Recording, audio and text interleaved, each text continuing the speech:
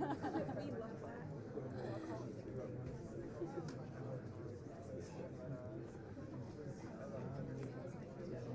I'm like invited to speaking salon, but I'm also like, No, I'm the same way. Like, my business is started, but it's nice to get behind That's also my thing. Like, I'd rather just take the metro back to my place instead of going. I would have to get off, walk to the office, get back on the same metro line.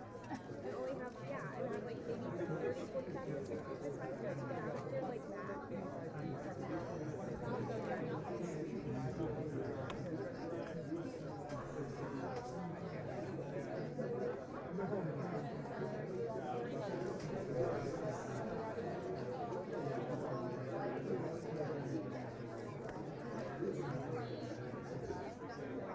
Also, if you're interested in stuff, start applying now. No, it's like Adequacy. So they like I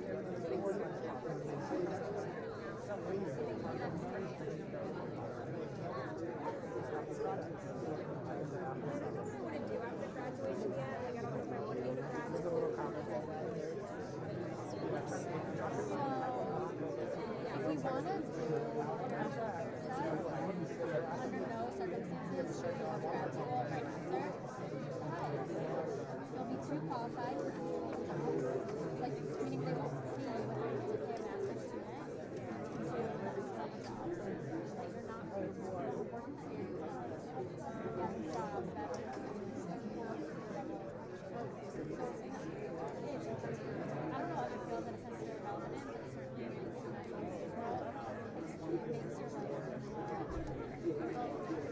last year, like, I have a friend who did it, who lived right after undergrad, and she was interning all the grad school. And therefore, she was sort of needed work experience as she was in school. But, like, me, for example, like, I don't know how she did that. Like, out of grad school, it's like a full-time job. So, I like total kudos to her. But also like and maybe she was taking like the minimum requirements. Columbia happens to have like really amazing requirements. Like, I don't know this thing. Like, I got grad. Exactly. I don't know. So I think she went to W, which is an amazing university studies. I think their program is less. Has less course, so she probably took more electives, but did like one space in her schedule. But like it's generally not as it was for her. So yeah, I think you can get a year to working. Even if it's a year to working in I think you should work like just because you can go to something, just so you have that working experience. And that way, when I get an education, Programs, like the top master's programs, we did more exceptional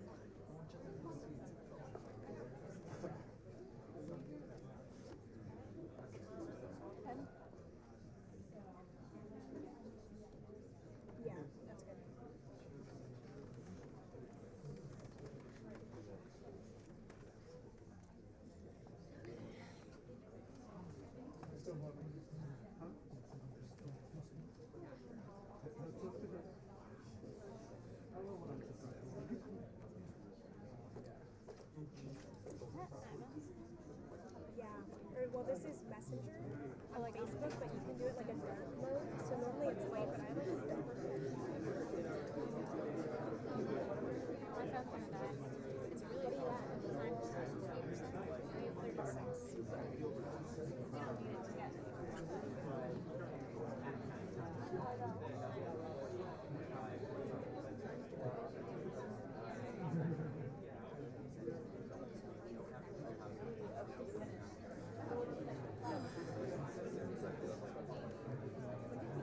too. We got here at like 1:30.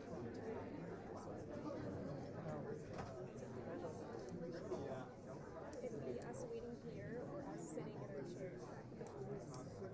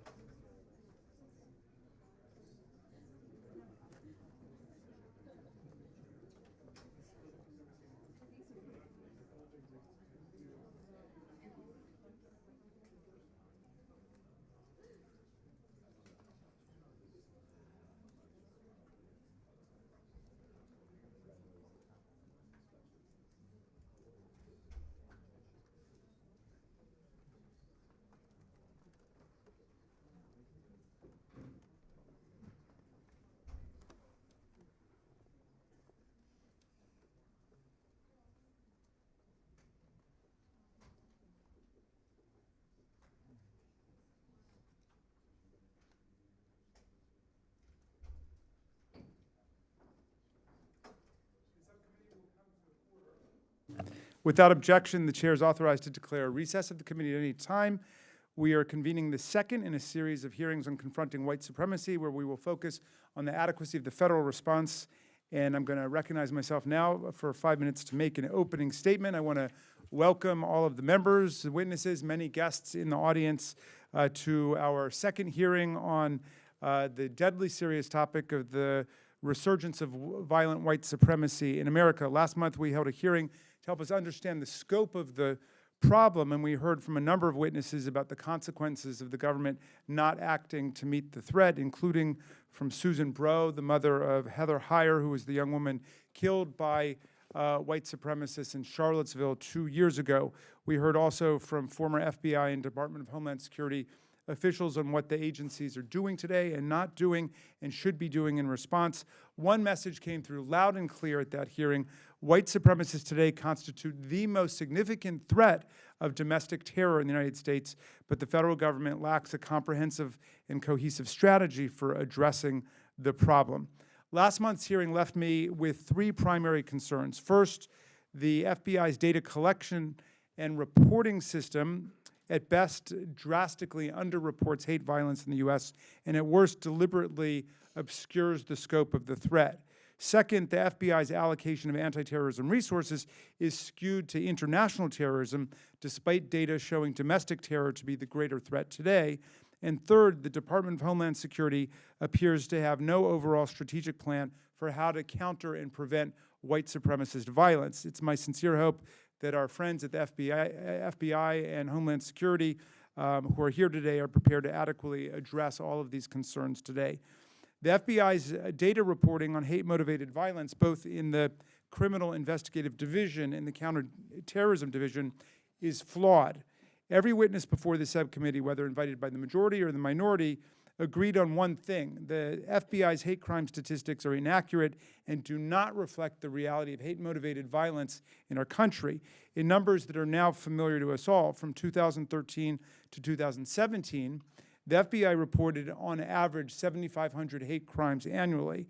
During that same time period, the Bureau of Justice Statistics National Crime Victimization Survey estimated on average 200,000 hate crimes annually, which means the FBI is reporting one hate crime for more than 20 hate crimes that are reported in the National Crime Victimization Survey.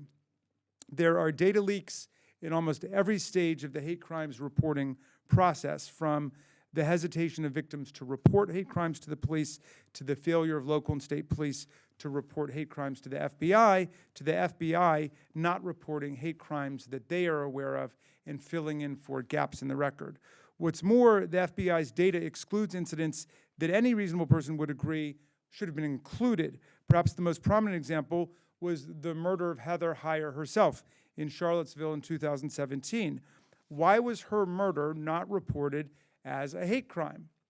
The best that I can understand, this baffling omission reflects a problem first at the local level, as local police did not report it as a hate crime, but it also betrays a systemic failing by the FBI, which apparently made little or no effort at all to audit its own statistics to independently verify the accuracy of the data being submitted from around the country. So that is inexplicable and unacceptable, and I know we can do better, and I hope we can hear from some of our witnesses about how we can make improvements. Mr. Shivers, I hope you're prepared today to lay out a detailed plan for how CID can improve the hate crime collection and reporting data. An entirely different issue appears to be plaguing the Counterterrorism Division. While CID lacks the information necessary to understand the scope of hate crimes, CID has detailed data on domestic terror, but seems determined to obscure the scope of white supremacist violence. For at least a decade, the FBI employed the relatively straightforward counterterrorism term white supremacist extremist, WSE, which is defined as groups or individuals who facilitate or engage in acts of violence directed at the federal government, ethnic minorities, or Jewish persons in support of their belief that Caucasians are intellectually and morally superior to other races.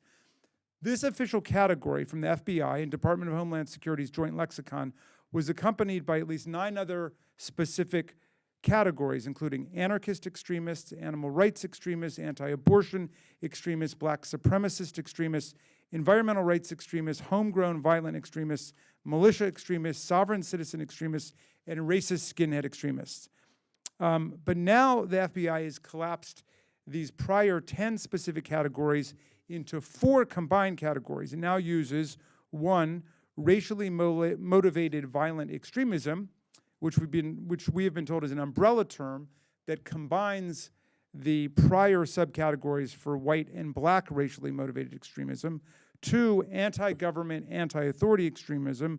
3, animal rights, environmental extremism. And 4, abortion extremism. What was the purpose of these changes? At what level of detail is the FBI still tracking extremist activity? What proportion of racially motivated violent extremism is actually perpetrated by white supremacists? Merging white supremacist extremists who were responsible for 39 murders in 2018 with black supremacist extremists who were responsible for 0 extremist murders in 2018 into a single amalgamated category called racially motivated violent extremism, I think obscures the real threat, but I would love to hear our witnesses opine on that. Similarly, the transformation of the descriptive anti-abortion extremist category, which was in place for a decade, into the misleading new category of abortion extremism is, it appears to me, a ham-fisted effort to disguise the nature of the real threat to women's healthcare clinics and doctors and nurses and staff who work there. I know of no women's reproductive health workers or pro-choice activists who are blowing up clinics or otherwise committing violence. We cannot play word games with domestic terror, nor can we afford to let hate crimes go drastically unreported. The FBI must collect and report accurate data on white supremacist violence and effectively measure the real magnitude of the threat. The government cannot protect vulnerable communities without understanding and defining the problem in accurate detail. Despite the obvious problems with the data, this much is clear. White supremacist terror is on the rise, and far-right and white supremacist domestic terror is a far more lethal threat to Americans in the United States today than is international Islamic terror. But the FBI's resource allocations don't reflect this reality. According to the Anti-Defamation League, from 2009 to 18, far-right extremism, which the FBI classifies as a form of domestic terrorism, was responsible for 73% of extremist murders. Islamic extremism, which the FBI usually classifies as a form of international terrorism, was responsible for 23% of the fatalities during that period. However, the FBI has testified that the Bureau allocates its resources almost exactly backwards from what the problem would suggest, devoting 80% of field agents to stopping international terrorism, including Islamic extremism, and only 20% to stopping domestic terrorism, including far-right and white supremacist extremism. This allocation of resources, or misallocation of resources, has real-life consequences. As George Salim testified at our last hearing, the University of Maryland START Center found that from September 11th, 2001 through 2017, approximately 71% of Islamist-inspired extremists in the U.S. were interdicted. They were stopped in the planning phase of terror activity. But with far-right extremists, the inverse is the case, and over 71% managed to successfully commit violent acts they were planning.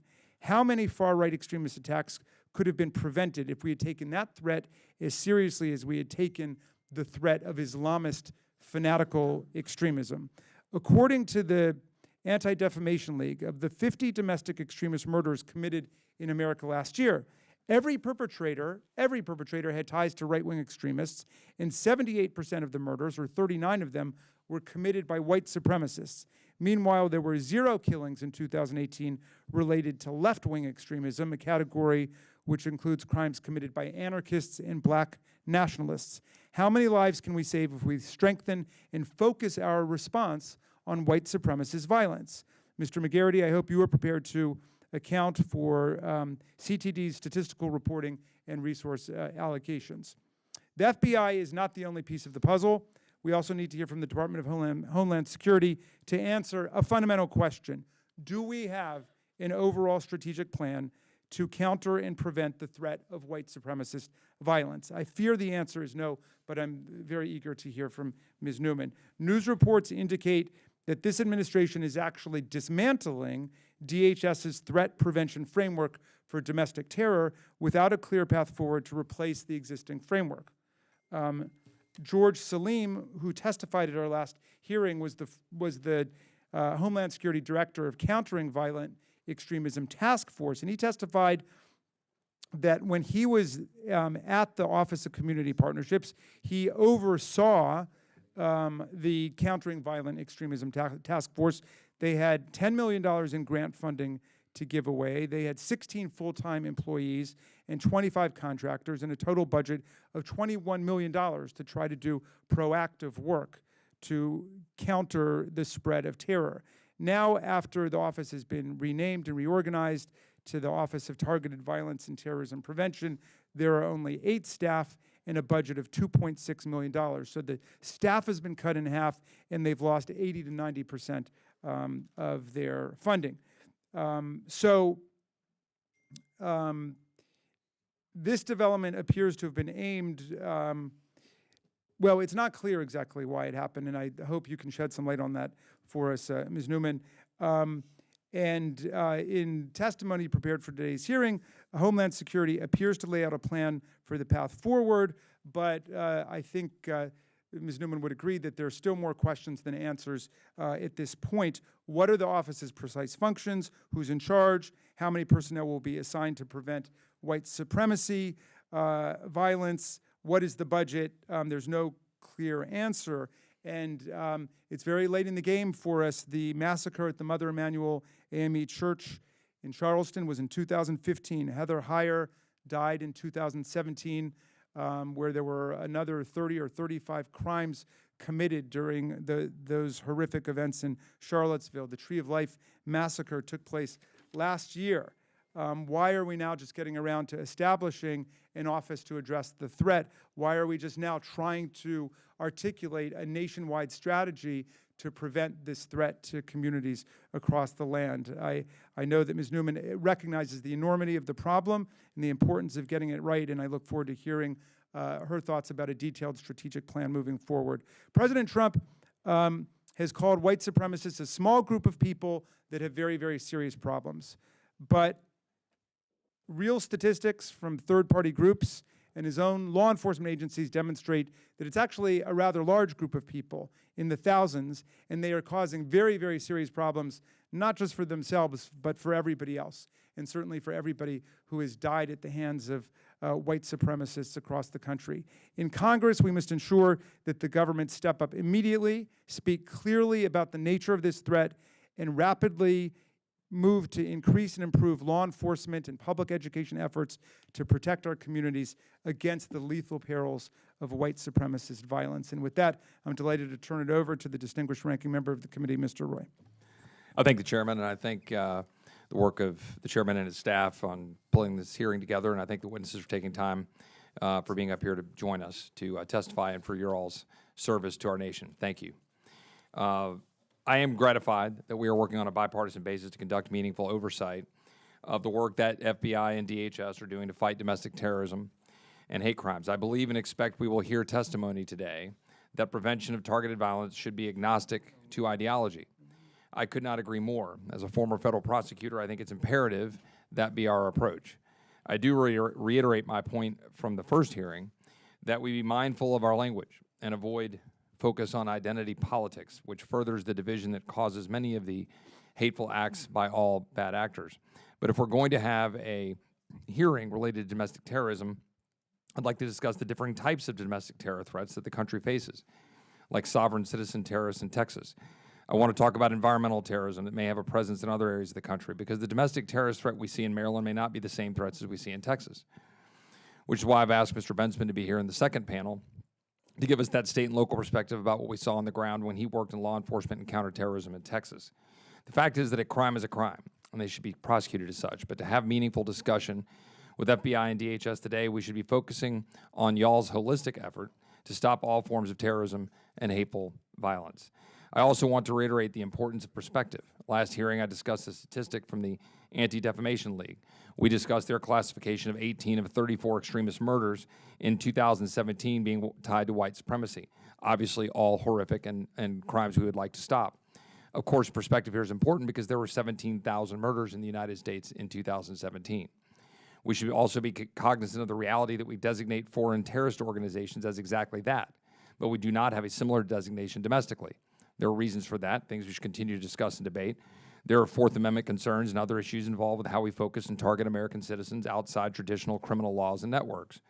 With those figures in mind and that background, I hope today we can promote meaningful law enforcement meant to root out crime regardless of how it's classified and be mindful of how we allocate our resources. It's a difficult situation that we all have to do as we try to stop criminal activity nationwide regardless of where it comes from or why it's perpetrated.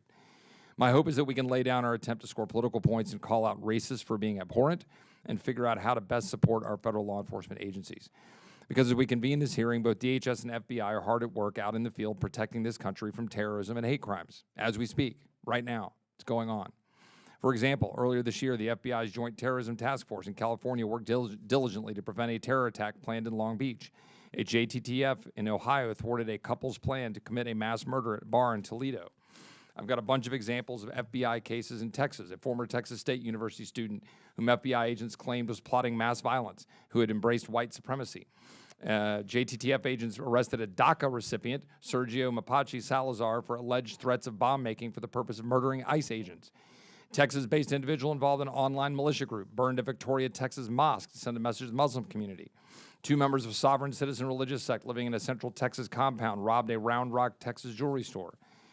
Roger Talbot was arrested in March 2014 following an 8-month undercover investigation of his so-called American insurgent movement by the FBI Houston Domestic Terrorism Joint Terrorism Task Force. He was threatening to blow up government buildings. Another individual had 500,000 rounds of ammo and was engaged in white supremacist activity in East Texas. That was also thwarted, and I can go through the list. My point is that activity is going on. It's important that we recognize how much law enforcement is working together at the federal, state, and local level to thwart these kinds of activities, regardless of their ideology, regardless of where they come from, regardless of their race, regardless of a focus on whether they're involved in international terrorism. And I think it's critical that we recognize and thank you all and those that are working in our law enforcement communities from federal, state, and local for their service in doing so. I look forward to hearing from the witnesses from the FBI and DHS about the efforts spanning the previous administration and this one to combat crime, including domestic-type terrorism. As I understand, there have been significant steps taken to improve it under this administration and learn and evolve what we've been doing. And in fact, many steps that had not been taken necessarily by the previous administration, not necessarily to a fault, but because we learn and develop. I also look forward to hearing how the federal government can partner with state and local law enforcement agencies further to equip them with the right tools to root out domestic terrorism, as that is the best approach to law enforcement. As I can attest as someone who worked as a former federal prosecutor within the Department of Justice as part of the Project Safe Neighborhoods program in partnership with state and locals to prosecute gang, drug, and gun violence. With that, I thank the chairman and yield back, such as I have any time left to yield. Mr. Roy, thank you for that opening statement. Very much appreciated. Let's see, the first thing we need to do is to allow Mr. Malinowski and Ms. Tlaib to participate in today's hearing, to waive on for the purpose of it. We're delighted to have them, and without objection, I will grant them that status. And now I want to welcome our distinguished witnesses today, starting with Michael McGarity, who is the Assistant Director of the Counterterrorism Division of the FBI, of the Federal Bureau of Investigation. Welcome, Mr. McGarity. We're delighted to have you. Calvin Shivers. Mr. Shivers, I've been pronouncing your name that way. I want to make sure that's correct. Very good. Okay. It was a good guess. You are the Deputy Assistant Director of the Criminal Investigative Division, the CID of the FBI, the Federal Bureau of Investigation. And Ms. Newman, Elizabeth Newman, is the Assistant Secretary for Threat Prevention and Security Policy at the U.S. Department of Homeland Security. So we've got the key people in the country with us today. Mr. McGarity, you are recognized for 5 minutes. Thank you. And forgive me, I do need to swear you in. If all of you would please rise and raise your right hand. Do you swear or affirm that the testimony you're about to give is the truth, the whole truth, and nothing but the truth, so help you God? Let the record show the witnesses all answered in the affirmative. Thank you very much. Please be seated. The microphones are sensitive up here, so please speak directly into them so all of us can hear you. And without objection, your written statements will be made part of the record. And with that, Mr. Garrity, now you're recognized for a full 5 minutes to give an oral presentation. Thank you, Chairman. Good afternoon, Chairman Raskin, Ranking Member Roy, and members of the committee. Thank you for the opportunity to appear before you today. As the Assistant Director of the FBI's Counterterrorism Division, I will be providing an overview of the FBI's efforts to counter domestic terrorism by explaining what we do and how we do it. And I want to emphasize up front that preventing acts of terrorism in the homeland is the FBI's #1 priority. This includes terrorism from any place and any actor. In this fight, the FBI is the lead federal agency for investigating terrorism. The FBI categorizes investigations into two main programs: international terrorism and domestic terrorism, IT and DT. Combined, these two programs are what make up the FBI's top priority. International terrorists include members of designated foreign terrorist organizations, we call them FTOs, state sponsors of terrorism, and homegrown violent extremists, or HVEs. Domestic terrorists are individuals who commit violent criminal acts in furtherance of ideological goals stemming from domestic influences, such as bias, racial bias, and anti-government sentiment. Despite the many similarities, the FBI distinguishes domestic terrorism extremists from homegrown violent extremists in that the latter are global jihad-inspired, while domestic terrorist inspiration emanates from domestic influences like racial bias or anti-authority.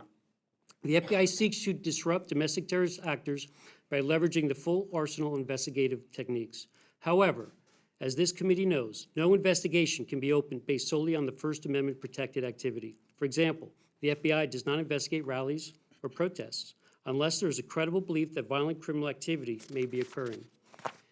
The FBI assesses domestic terrorists collectively pose a persistent and evolving threat of violence and economic harm to the United States. In fact, there have been more arrests and deaths in the U.S. caused by domestic terrorists than international terrorists in recent years. Individuals affiliated with racially motivated violent extremism are responsible for the most lethal and violent activity and are responsible for the majority of lethal attacks and fatalities perpetrated by domestic terrorists since 2000. Racially motivated violent extremism includes threats deriving from bias related to race held by the actor against others or a given population group. The current R&V threat, as we call it, is decentralized and characterized by lone actors radicalized online who target minorities and soft targets using easily accessible weapons. This assessment is in contrast to the FBI's past assessments of similar movements in the 1980s and the early 2000s, when the R&V threat was composed of hierarchy and structured groups, nationally organized groups led by charismatic ideologues.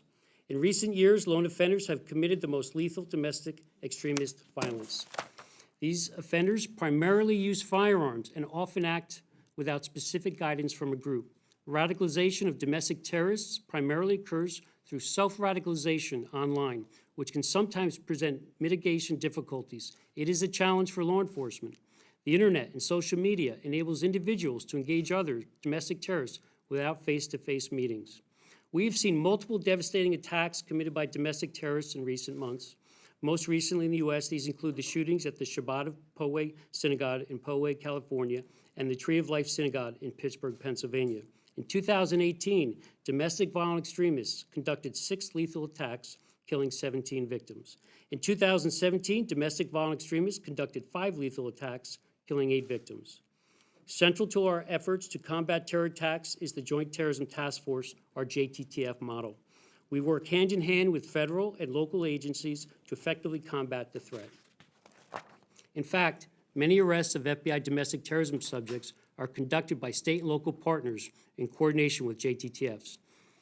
We have JTTFs throughout all 56 field offices, which allow for regular and robust sharing of threat assessments with our federal, state, and local partners. In fact, approximately 50% of our domestic terrorism investigations are open based on information received from either the public or from referrals provided by our partners at the local, state, and federal levels.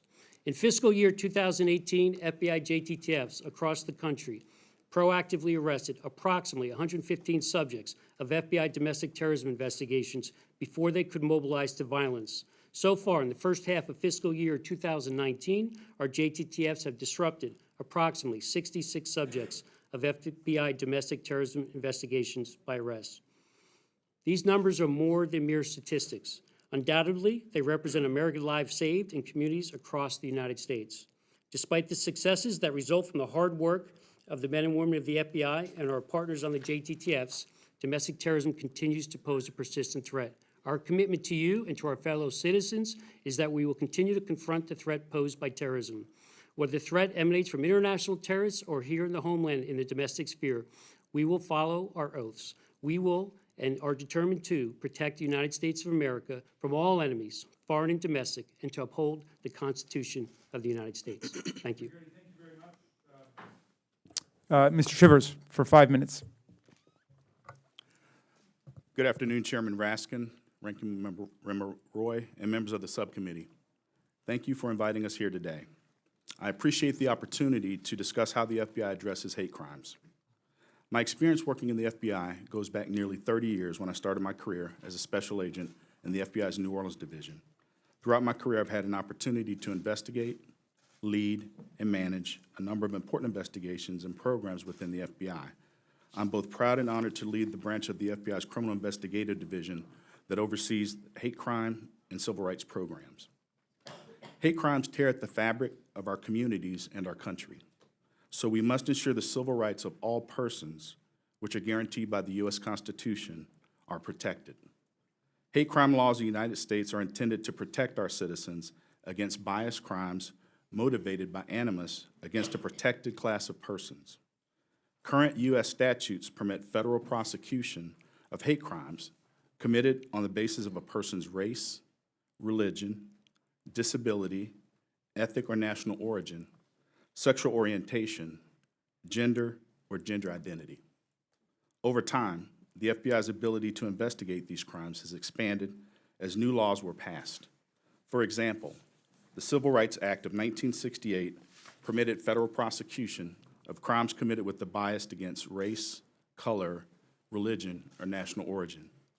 In 2009, when the Matthew Shepard and James Byrd Jr. Hate Crimes Prevention Act was passed, federal hate crime law expanded to apply to crimes motivated by a victim's gender, perceived gender, sexual orientation, or disability. In order for the FBI to initiate a hate crimes investigation, there are 3 key elements we must look for or must suspect. Number 1, there must be an act of violence, threatened violence, or a conspiracy to do so. Number 2, the perpetrator must have acted willfully or intentionally.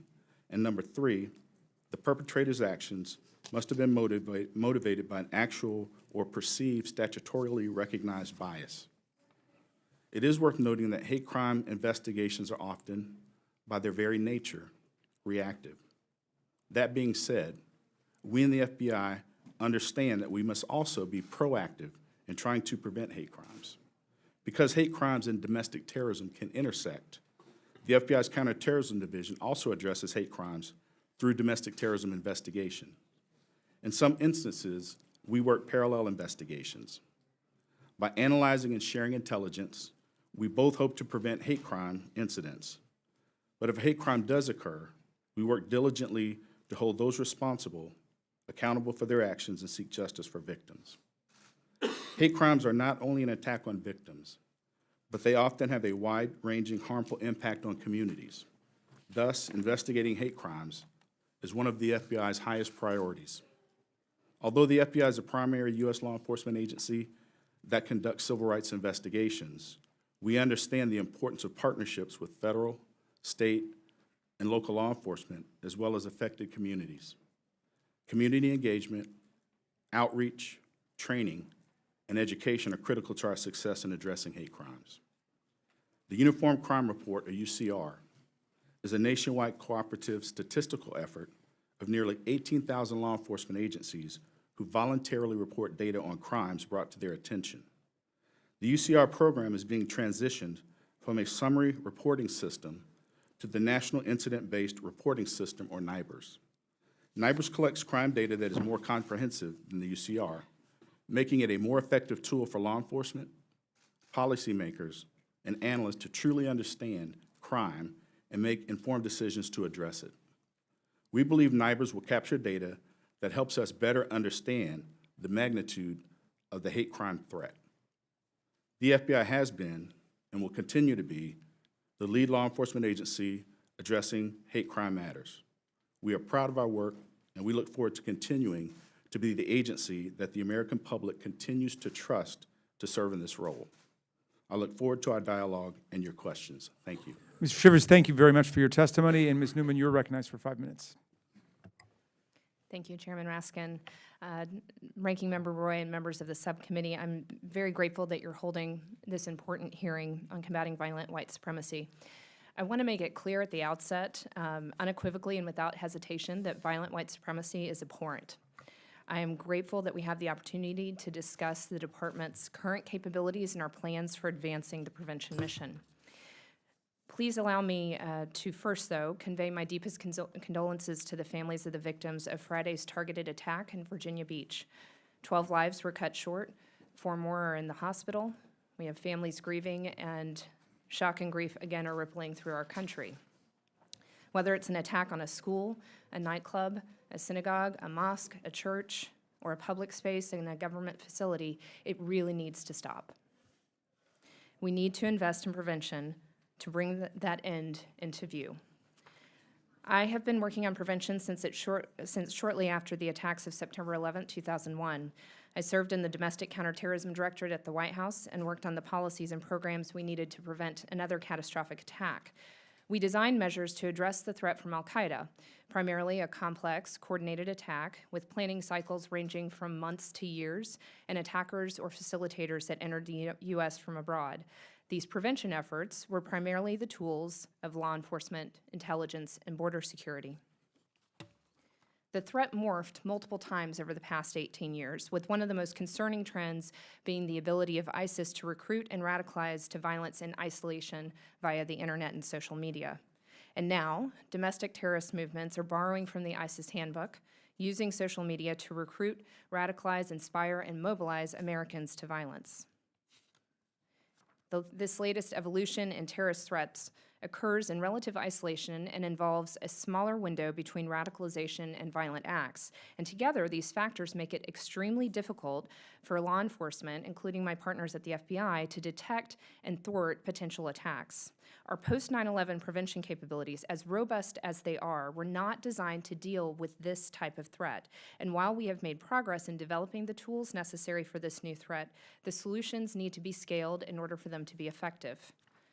For nearly 25 years, the Secret Service's National Threat Assessment Center, the INTAC, conducted evidence-based research on individuals that carried out acts of targeted violence.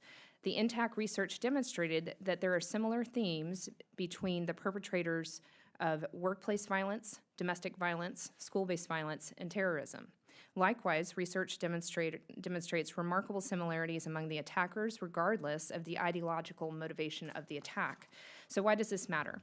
Because it allows us to identify behaviors and characteristics of individuals prone to violence and assist vulnerable individuals before they cross the criminal threshold. And as Mrs. Breaux and all who testified so poignantly during the hearing last month noted, some of that assistance is best provided outside of the federal government. What's needed is a true whole-of-society approach, and thankfully, a growing number of state and local jurisdictions are adopting a multidisciplinary threat management prevention strategy. For the past several years, DHS has worked with law enforcement, academia, mental health professionals, educators, and faith leaders to develop prevention strategies. Through the CVE grant program, the National Governors Association is developing prevention strategies in Virginia, Colorado, Illinois, and Michigan. Another grant is allowing the Major City Chiefs Association to develop a law enforcement implementation guide for prevention. And last week, I saw firsthand how DHS investments in preventions are yielding dividends. In Colorado, the combination of grants and a field-deployed staff member have led to 24 interventions of individuals desiring to conduct acts of violence. 12 of those were motivated by a white supremacist ideology. While there are excellent prevention efforts underway, a strategic approach to prevention has been lacking. That is why Acting Secretary McAleenan created the Office of Targeted Violence and Terrorism Prevention in April. The office will coordinate and expand the DHS terrorism prevention enterprise while also harmonizing our efforts with our federal partners who have important roles in the prevention mission space. This summer, We are developing the prevention framework that DHS will implement over the coming years. This is that comprehensive strategy, Mr. Chairman, that you noted is needed.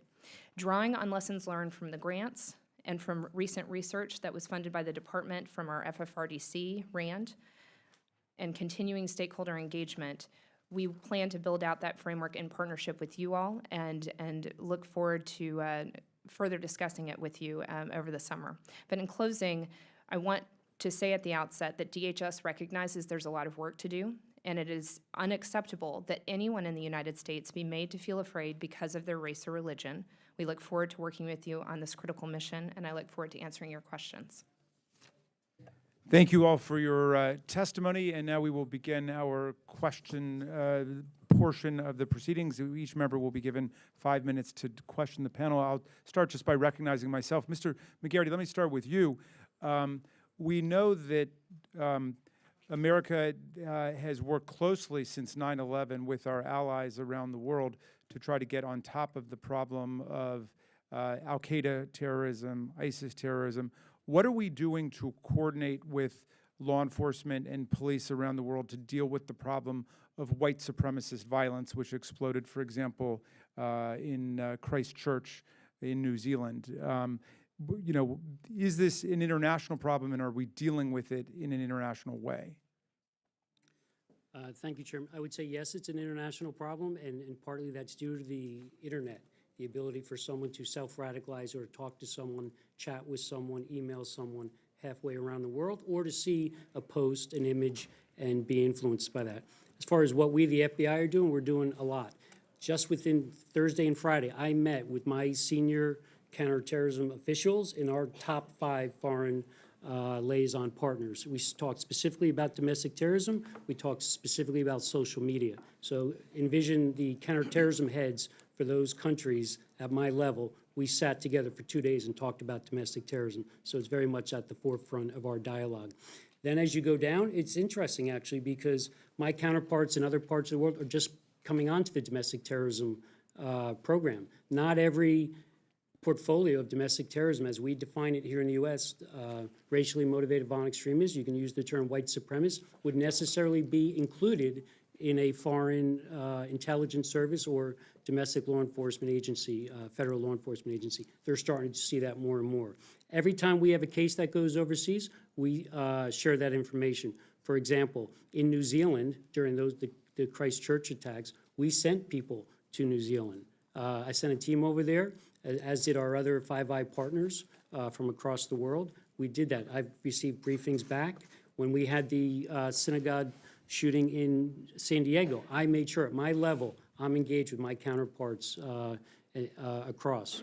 We bring in, and that goes all the way down to the working level as far as foreign engagements, both here within the U.S. at FBI headquarters and with our foreign partners overseas. We have agents and analysts traveling all the time to meet with our counterparts, to work on cases, to share leads. When we do have a lead, just like on the international terrorism side, we set that lead to a legal office overseas for action. We have stopped terrorist threats, domestic terrorism threats overseas.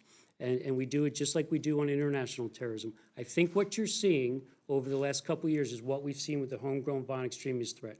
With the internet, we are seeing individuals self-radicalized online in both the international terrorism and domestic terrorism, and they are engaging and radicalizing and mobilizing to violence fairly quickly. And they don't necessarily have to be part of a group, and they can talk to someone halfway around the world to do that. That's a very helpful answer. Let me just clarify one thing.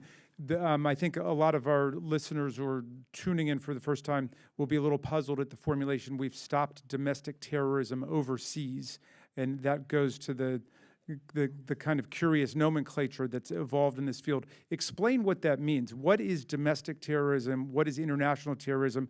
And why don't we just call it all terrorism? Can you explain that? Well, we do call it terrorism. Yeah. And within that, from international terrorism, when they're terrorist organizations, Can you just put your mic on, please? Yeah. that the State Department designates, that is in a different bucket because there are different authorities that come with that we can use that we cannot use on the domestic terrorism side. But when you say, you know, we've worked to stop domestic terrorism overseas, you're referring there to white supremacist activity. Yes, I'm that's right. referring to threats overseas, on racially motivated violent extremists who advocate for the supremacy of the white race overseas. We've given threat information that we have received here in the United States to our foreign partners. Gotcha. Mr. Shivers, let me ask you, I think one of the themes running through all of the testimony there was that we may be in a different phase now of trying to counter terrorism because of the internet, and some of the people who go out and shoot up churches like the Mother Emanuel Church or synagogues like Tree of Life are kind of lone wolves. They're people who get radicalized or indoctrinated online, but they're not part of a hierarchical organization necessarily where they could be identified as a group. What can be done about that, if anything? What are the efforts that you're evolving in the FBI to address that threat? I'll start to answer the question, but I will also go back to Mr. McGarity. One of the things to understand about working hate crimes and domestic terrorism is they're not mutually exclusive. And so there are times where an incident may occur and the FBI is not sure, is it purely a hate crime or is it an act of domestic terrorism? So when responding, you have representatives from the Civil Rights Squad as well as the Domestic Terrorism Squad. And so our main priority is addressing the investigation. And so one of the things that we try to do is to be proactive. And what we do is not only collaborate on the investigation, but ensure that we share intelligence.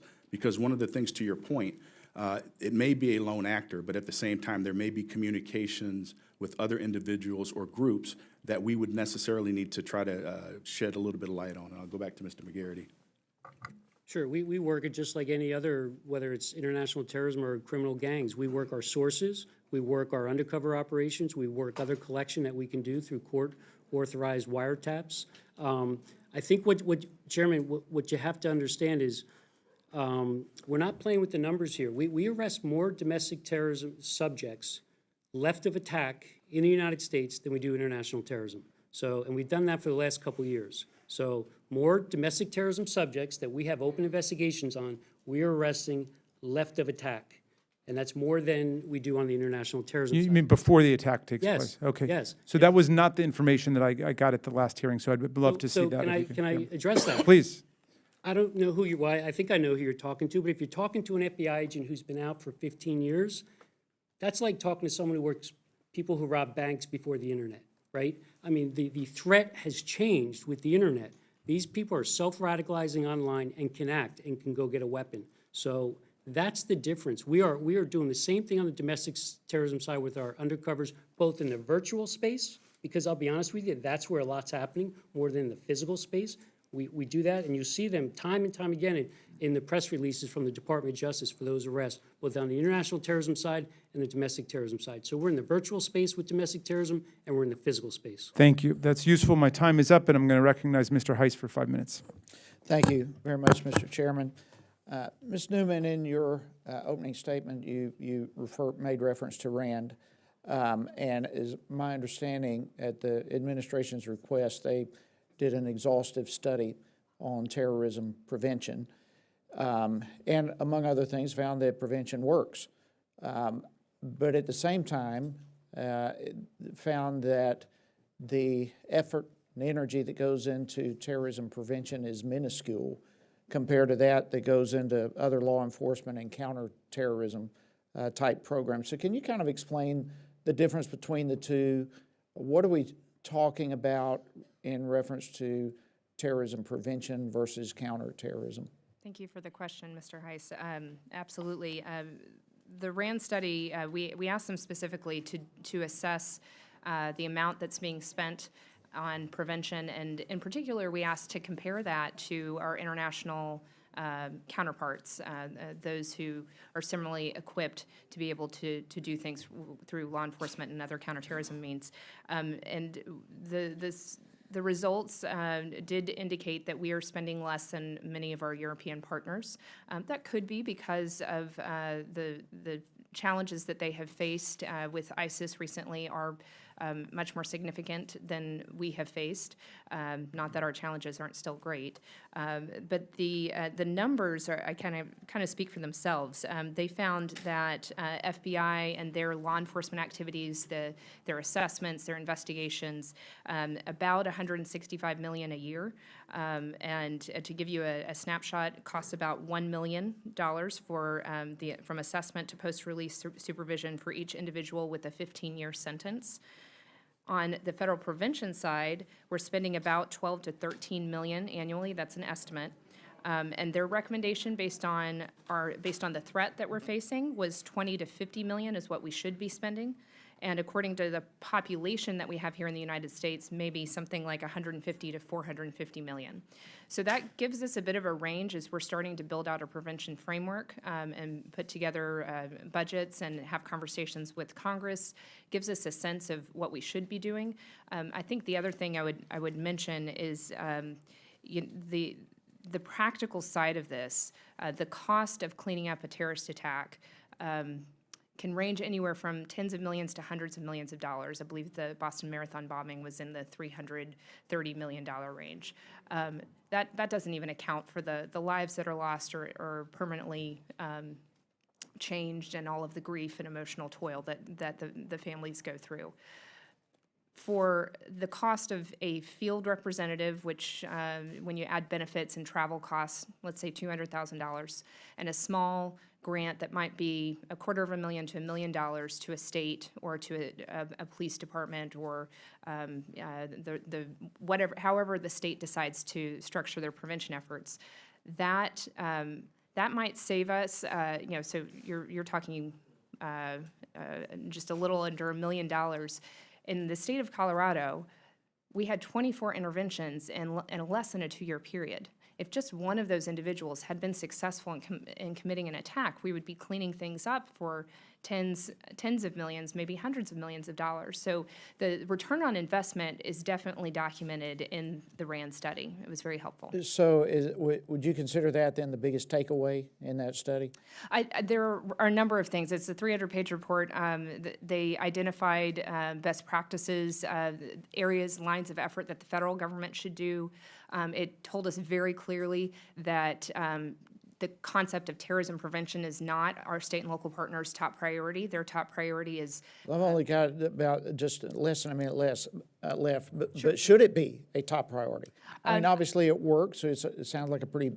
I think by opening the aperture to address targeted violence and terrorism prevention, it helps our state and local partners with what they care about, which is all violence as opposed to a particular type of ideology. Should the terrorism prevention be a part of the counterterrorism strategy? It is. It is in the national strategy, and we're actually working on the DHS counterterrorism strategy. That's what this prevention framework will be nested in, and we hope to release it in the fall. Okay. Thank you very much. Appreciate it, Mr. Chairman. Gentleman yields back. Thank you, Mr. Heiss, and I now recognize Ms. Maloney for 5 minutes. I thank the chairman and ranking member for calling this important hearing and all the participants. And I'd like to ask Mr. Shivers about the FBI hate crime statistics. All the reports I've seen indicate that the FBI's official uniform crime reporting hate crime statistics are deeply, deeply flawed and severely under-reported, the actual numbers of hate crimes and incidents in our country. For example, in 2017, the FBI reported over 7,000 hate crime incidents. But the Bureau of Justice Statistics Crime Victimization Survey estimates 200,000 hate crimes each year on average. And Mr. Shivers, is that consistent with your understanding? No, ma'am. A couple of things I'd like to point out. Okay. So the reporting to the UCR with state and local law enforcement agencies is voluntary. And so one of the things that the FBI has done over the last couple of years is... Excuse me, why is it voluntary? This hate crime should be reported. They should be required. Why is it voluntary? So reporting to the UCR in general is voluntary. And so one of the things that we have done is we have tried to take a proactive stance in going out to train state and local law enforcement agencies relative to hate crime, so they have an opportunity to recognize hate crimes. But my question was, the FBI's statistics was 7,000, and the Bureau of Justice statistics was 200,000. Yes, ma'am. And So is that true? That's the point that I want to make. so I am not aware of where the 200,000 came from, but the only reason I brought it. Can you check that? Because I know about your training efforts, and it seems like there's a problem with accuracy.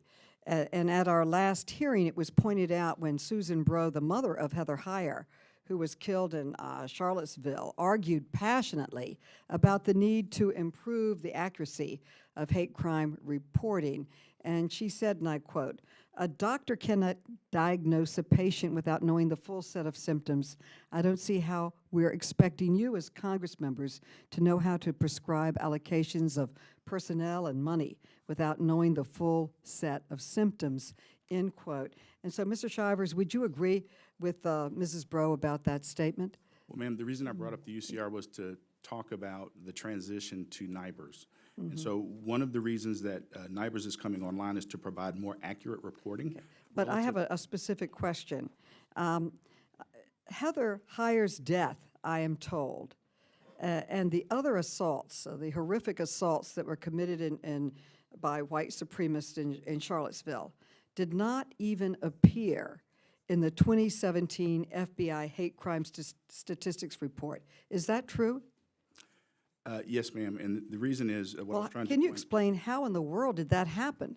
This was a graphic, terrible, terrible assault and death all over the papers, everywhere. Everybody knew about it. How did it not end up in your statistics? If that didn't end up in your statistics, it points out something is really being underreported in our country, wouldn't you say?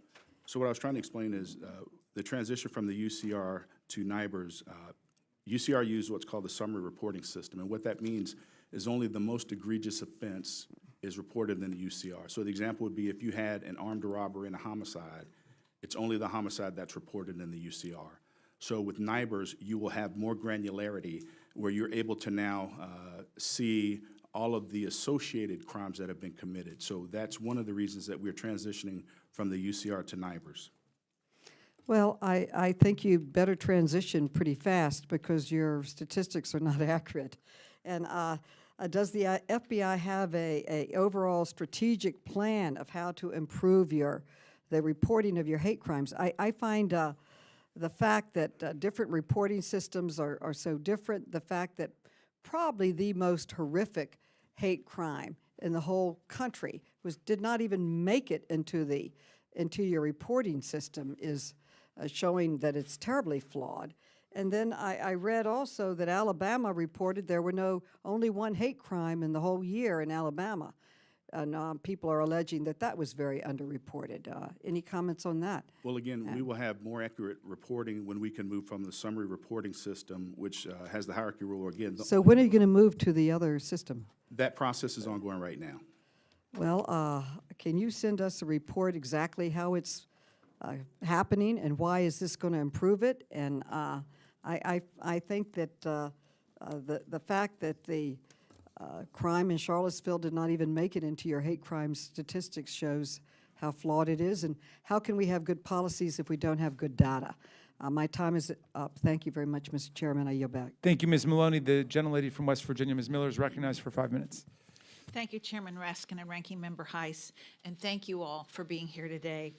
I know your agencies are on the front line in combating domestic terrorism, racism, and hate crimes, as well as providing critical support for our first responders. This role is critical, and we must ensure that we're empowering our federal agencies in their efforts to stop hate and to keep Americans safe. People who commit these crimes and hold such hate in their heart have absolutely no place in our society. We must stop and condemn these actions at every level. Mr. McGarity and Mr. Shivers, questions a little similar to the last ones. A few weeks ago, this subcommittee held a hearing on this issue, and we heard from our witnesses that there are many current shortfalls that exist in data collection for hate crimes and domestic terrorism. I was wondering if you might be able to elaborate on this topic from the agency perspective. From the domestic terrorism perspective, we certainly, We don't have a domestic terrorism statute that, like a material support statute for terrorism. So when a prosecutor charges something, he or she's going to use other Title 18 U.S. Code violations, maybe possession of a weapon, some other commission of a crime, and 50% of our crimes, 50% of our subjects that are arrested are actually arrested on state, local charges in coordination with the Joint Terrorism Task Force. So right there, the narrative as far as some of the subjects, now these are open subjects under investigation by the FBI Joint Terrorism Task Forces, are arrested by state, local crime, or by other federal crimes that do not have the word terrorism in them. So right there, the narrative and the American public would not necessarily see that. What we do, we push out to all our Joint Terrorism Task Force through the executives updates on those type cases. Obviously, where we can, we like to use domestic terrorism in the press release with the Department of Justice, or in our comments if we're allowed to at a point of the case in a charging document. We will do that. You've seen that more recently in a case in Baltimore with a U.S. Coast Guard lieutenant charged with a drug charge with possession of a weapon. And then in the detention hearing memo, it was referred to domestic terrorism. So that, I think, is part of the issue. We certainly come and brief the House Homeland Committee, and anytime we've been asked to come brief any of the committees, we come and we brief what the threat is. So we're constantly doing that to your staffers, as well as to different committees here on the Hill. What we also do is because really it's our state local partners who are most important, the International Association of Chiefs of Police, the major cities sheriffs. I've been in front of both those committees briefing on domestic terrorism. Thank you. Mr. Shivers, do you have anything? Just to further address some of the issues and the discrepancies in relation to the Charlottesville case, that case was actually prosecuted as a hate crime. And also, I would like to draw a distinction between a hate incident and a hate crime. Obviously, if someone yells a racial slur at someone, they're protected by the First Amendment. And what happens is, in many instances, those incidents may be thought of by the victim to be a hate crime when it's more of a hate incident. A hate crime occurs if you have that similar incident, but it evolves into a criminal act directed at a victim based on his or her protected characteristics. And so when we talk about statistics, one has to make that distinction between a hate crime and a hate incident. That's good. What changes would you make to improve the data collection? Well, again, I believe that the transition to NIBRS will give greater clarity because, again, in the case that was cited earlier, it was the homicide and not the hate crime that was captured. Under NIBRS, you will have the ability to capture a number of criminal acts pertaining to one specific arrest. So if there is an assault, if there is a hate crime or some other crime that's committed, all those crimes would now be captured in NIBRS, where historically, with the hierarchy rule, only the most egregious crime was captured. So we are in the process of continuing to roll out NIBRS. The rollout has been underway since 2015, but some of the challenges are providing our state and local partners with the hardware and the software where they need to map their criminal violations to NIBRS, and then also go through the training and become certified. So again, we anticipate NIBRS completely being rolled out by 2021, but it's an ongoing process, and there are roughly 45% of the law enforcement agencies that report to the UCR have all transitioned to NIBRS. Okay, one other quick question. Mr. McGarity, how have you seen domestic terrorism and its threat to the country evolve over time? Sure. I mean, both on the domestic terrorism side and the international terrorism side with the homegrown violent extremist threat, I've seen an evolving threat with more self-insular actors, lone actors that we've seen self-radicalized online, seeing them mobilize by themselves on the internet and radicalize by themselves on the internet and mobilize to violence in shorter periods of time than we've seen in the past.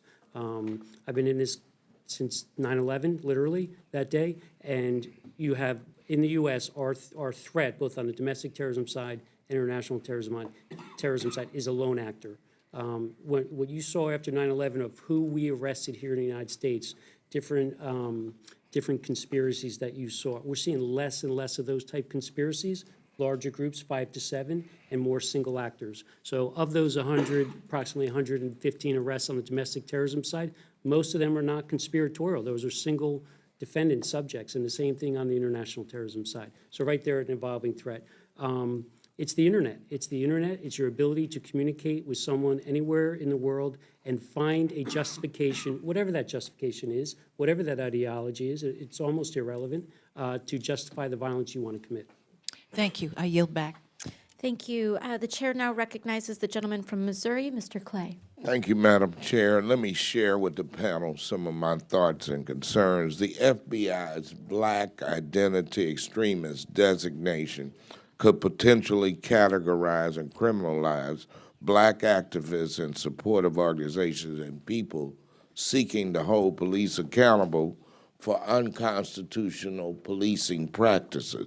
We should all oppose terrorism in every form, but the FBI's decision to use the color of someone's skin as a tool to identify terrorists takes our country back to dark days. As the name suggests, the unique feature of this contrived threat is the color of a person's skin. While the FBI should be redoubling its efforts to combat violence inspired by white supremacists, the concerns expressed by members of the Congressional Black Caucus who met with the FBI in 2018 is that the Bureau may end up targeting those seeking to defend the rights of racial minorities, not those who are actually engaged in terrorism. Just this morning, I heard from constituents about the uptick in hate crimes in Missouri, and these crimes were not relative to any black extremists. So I suggest the FBI review the allocation of funds, personnel, strategic planning, and grant programs. The dollars must follow the emerging threat.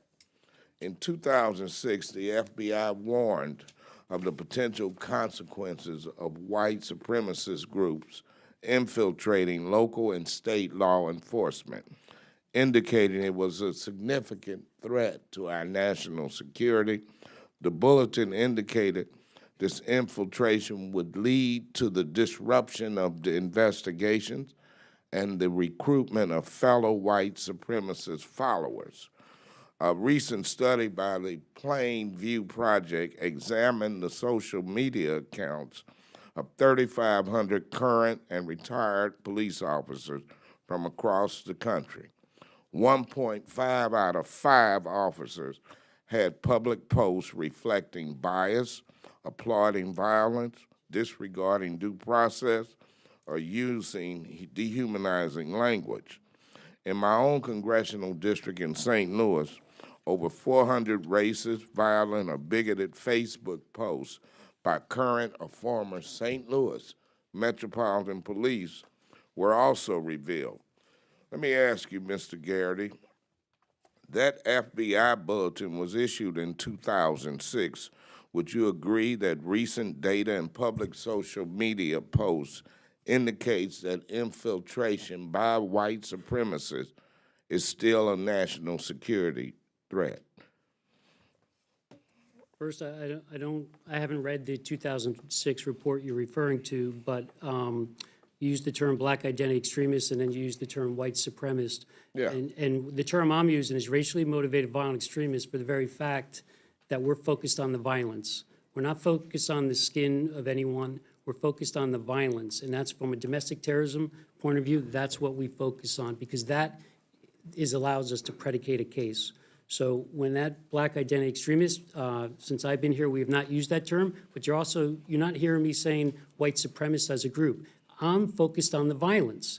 And so there's a First Amendment issue of us going and trolling on the internet, looking at different posts from people. We can't do that. Okay, well, is it a problem if local law enforcement, state law enforcement is infiltrated by white supremacists? Is that a problem in carrying out justice? That would be a problem if they are looking to use that ideology for violence, and obviously they're in a position of trust. So yes, I would be suspect on that. But again, I would go back. Ideology in itself is a First Amendment right. I'm not disputing that. So Anyway, Mr. Shivers, does the FBI provide training and resources to state and local law enforcement agencies to help them identify and prevent infiltration by these groups of local and state law enforcement? So the training that we provide to our state and local partners is comprehensive. It's not designed to look at any particular group. Again, we're concerned that our law enforcement partners have a good understanding and ability to recognize hate crimes. And one of the things that we hope is that through the training and education, that now as we had discussions about the accuracy of reporting, there may be incidents that state and locals may not have thought was a hate crime, but based on the training that we provide, they have the ability now to recognize some of those hate crimes and potentially have some of those prosecuted federally. Yeah, and my time is up, Madam Chair, but looking at almost 25% of local and state law enforcement posting hateful things on social media, that tells me there's a culture problem in law enforcement in this country. I yield back. Thank you. And the chair now recognizes the gentlelady from Florida, Ms. Wasserman Schultz. Thank you, Madam Chair. Ms. Newman, my questions are going to be for you. On April 19th, 2019, the Department of Homeland Security announced the establishment of a new Office for Targeted Violence and Terrorism Prevention, TVTP. However, we really have very few details about its exact mission, its budget, and its staffing.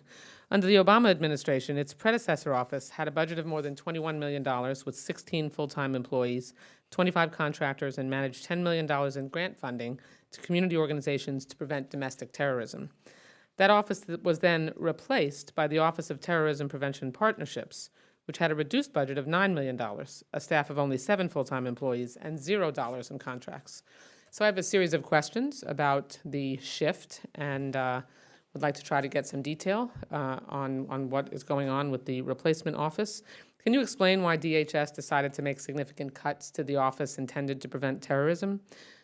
Where were the rest of the funding and resources diverted to at DHS from the predecessor office? For what purpose were those funds reallocated? Can you tell us what the current total budget and number of staff for this new office, TVTP, is? And have there been additional cuts? And who is the head of this office? Who do they report to in the chain of command? Thank you, ma'am. Yes, Congresswoman, I will do my best to try to dig into all of this. In regular appropriations in FY16, the predecessor office that you referenced, Office of Community Partnerships, had approximately $3 million in their budget. There was separately a one-time appropriation of $10 million for the Countering Violent Extremism grant program. That money is still, it was a 2-year grant program. It's still underway. The grant program will end this summer. And then there was a separate reprogramming of $8 million for additional contract support for the office, and that's how you end up to the $21 million number. The $3 million number for the office has stayed relatively static over the course of the last 4 fiscal years. The current office, and you're right, it was rebranded a couple of times, and if I may, the rebranding was in part, there was a general recognition by all sides that the Countering Violent Extremism moniker had become fairly tainted. There was a dialogue in 2016 under the Obama administration about perhaps changing that, and when the Let me drill down on my question a little bit more clearly. Sure. It very much seems like, I mean, you certainly spoke poignantly about your concern about addressing white supremacy and domestic terrorism, yet actions speak louder than words. I'm a show me person, not a tell me person. So the actions that this administration has spoken by shifting resources elsewhere, by reducing the budget that was previously appropriated and spent for combating domestic terrorism, sends a signal that you don't care about it as much, and you're not making as much of an effort to combat it. Further evidenced by the details and facts that my colleagues who have asked questions before me. So where did the money that was previously being spent for this office to fight domestic terrorism, where is it being spent now? Who's in charge of the office? What's the current total budget? And how many staff does this have? So let me start with the $3 million has stayed the same. So we're only talking about the $8 million that was done by reprogramming. It wasn't in a standard budget process. So you asked Right, where I'm an did it go. appropriator, so I'm very familiar with the got it. reprogramming process. I am not, so I will defer to you on that. And then the $10 million, the grant program is still underway. You are correct that the administration did not request for the grant to be renewed in FY17 or 18, in part because we were looking to see the results of the grant. It was fairly controversial at the time that it was awarded. There were critics that prevention shouldn't be funded and because it didn't work. I think we've proven that it does work. The grant program is still being evaluated, but we have enough anecdotes and good statistics. Didn't that ask does for it in work. 19 either. What about 20? I mean, So we're getting we got these results, I would say, late fall. We missed the FY20 budget cycle. The Secretary is very committed to working with the Congress and working through our budget processes to get this addressed. who's the head of the office? The head of the office is an acting director, David Gerstein. He's a senior. Is there anyone in the Department of Homeland Security that isn't acting? There's a lot of I am not actings. acting, ma'am. Okay, well, then I'm glad that you're here, because at least there is some permanence with someone who's answering questions. Who does the head of this office report to in the chain of command? Mr. Gersten reports to my deputy, Nate Blumenthal. He's the Deputy Assistant Secretary for Threat Prevention, who reports to me. I report to the Undersecretary for Policy, who reports to the Secretary. Okay. Unfortunately, that's a fairly low prioritization in terms of the chain of command as far as the expression of significant commitment that combating domestic terrorism requires. I have other questions, but like I said, I think the evidence demonstrated by the answers to my questions show that actions are not matching the words, and it would be nice if there was a convergence between your verbal commitments and the administration's verbal commitments and the actual actions that you propose and implement. I yield back. Thank you. As chair, I will now recognize myself for 5 minutes of questioning. We had a hearing a few weeks ago, first in this series on white supremacy and its growing role in the United States right now. And at this hearing, we discovered through expert witness testimony that not all of these incidents seem to be treated with the similar consistency. But we've also heard from experts that whether the FBI classifies extremist violence as, quote, domestic terrorism or a hate crime has major implications on resource allocation and prioritization within the Bureau. Mr. McGarity, the FBI considers preventing terrorism its #1 priority. Isn't that right? That is correct.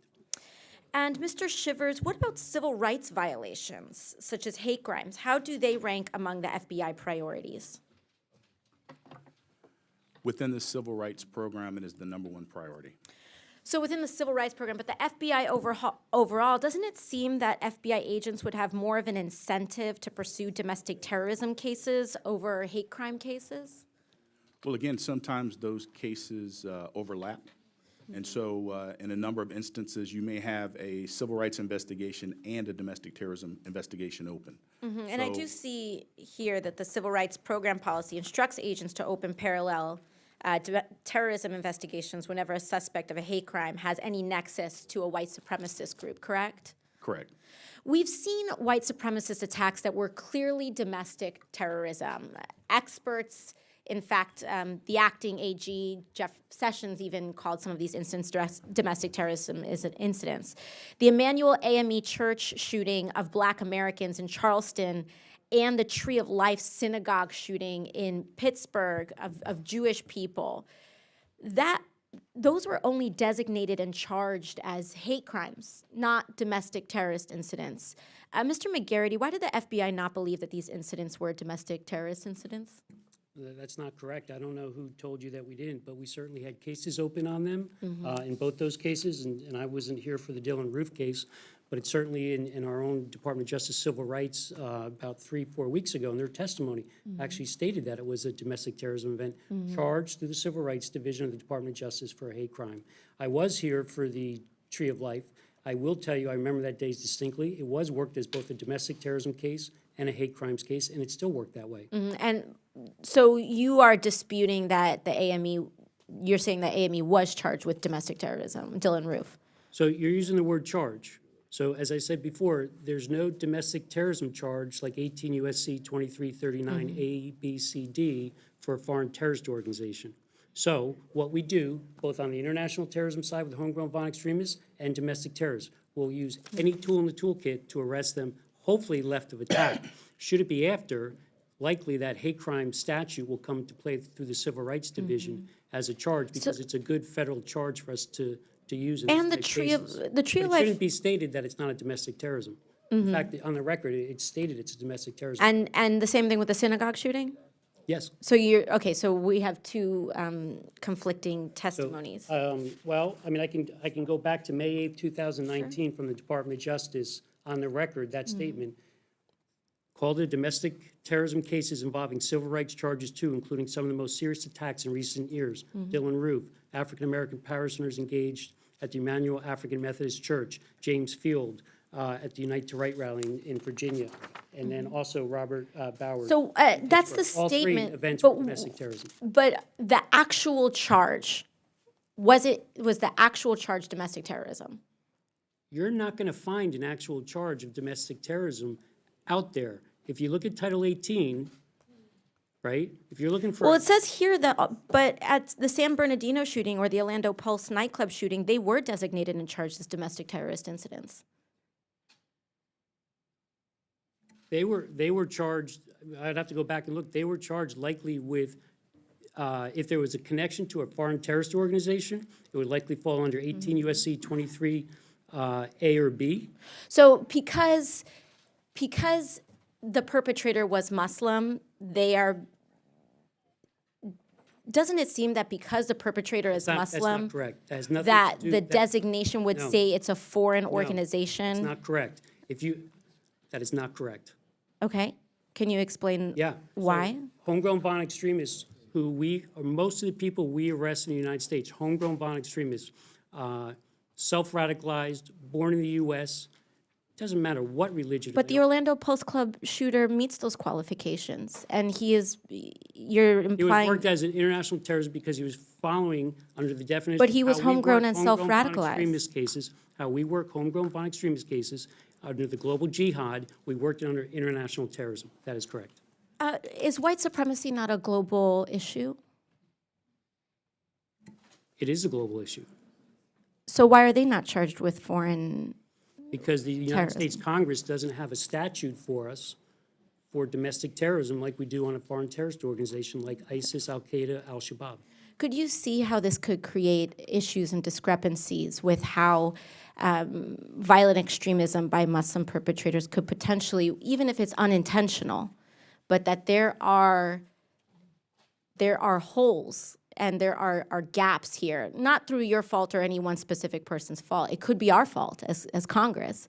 But could you see how one could see how the way that we are pursuing and charging white supremacy, particularly if they tend to be charged with hate crimes, and where that same type of violence committed by a Muslim extremist could be charged with domestic terrorism. Hate crimes and domestic terrorism are treated and charged, they're different crimes, and they could be pursued differently with different resource allocations.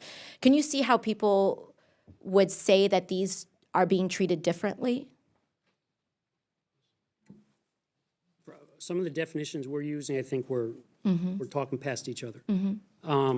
But I will tell you from the domestic terrorism side and on the international terrorism side, on the domestic terrorism side, we don't charge, of those approximately 115 arrests we did last year, not all of them were hate crime charges. We're going to charge someone left of attack with any charge we have under Title 18 in the U.S. Code or a state and local charge. So predominantly, I would say I'd have to go back and look, most of them are not hate crime charges on the domestic terrorism side. Okay, thank you very much. I will now move to recognize the gentlelady from Illinois, Ms. Kelly.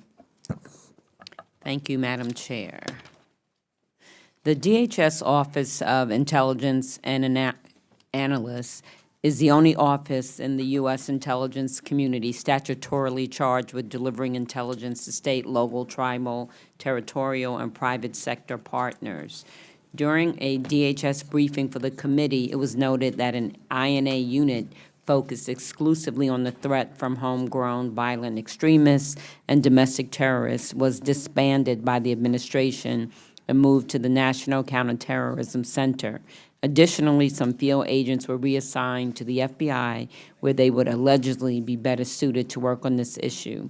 Ms. Newman, how important was the work of this A&I unit in preventing white supremacist terrorism? Thank you for the question, Ms. Kelly. My office is distinct from the Office of Intelligence and Analysis. We're customers of INA. The office you're referring to is in the process of working towards a mission center model approach, which is an approach that's been recognized in the Office of the Director of National Intelligence as a best practice. As part of that, they are for deploying analysts to places where they can better collect intelligence, including the FBI is the predominant place, since we don't collect intelligence the way that we do foreign intelligence. It's their cases that tell us the most within the federal government about the environment within the domestic terrorist various movements. So it's my understanding that's the intent there. They are still doing the work. They're still producing intelligence products. I read a few of them last week. So I don't know if that answers your question, but that's my level of knowledge about INA's decision. So is this why the staff was reassigned, because it was felt that this would be a better way to get information and do their jobs? Yes. More efficiently. I'd like to, if it's helpful, I can go back and ask INA to provide an answer in writing for the record. Okay. I know they've testified on this recently, but yes, in general, it's to be able to get closer to where the good data is, yes. Do you believe collaboration and information sharing between federal agencies and state and local law enforcement agencies is crucial to preventing domestic terrorism? Yes, ma'am. What is DHS currently doing to coordinate with state and local law enforcement information sharing, and how does this work without funding?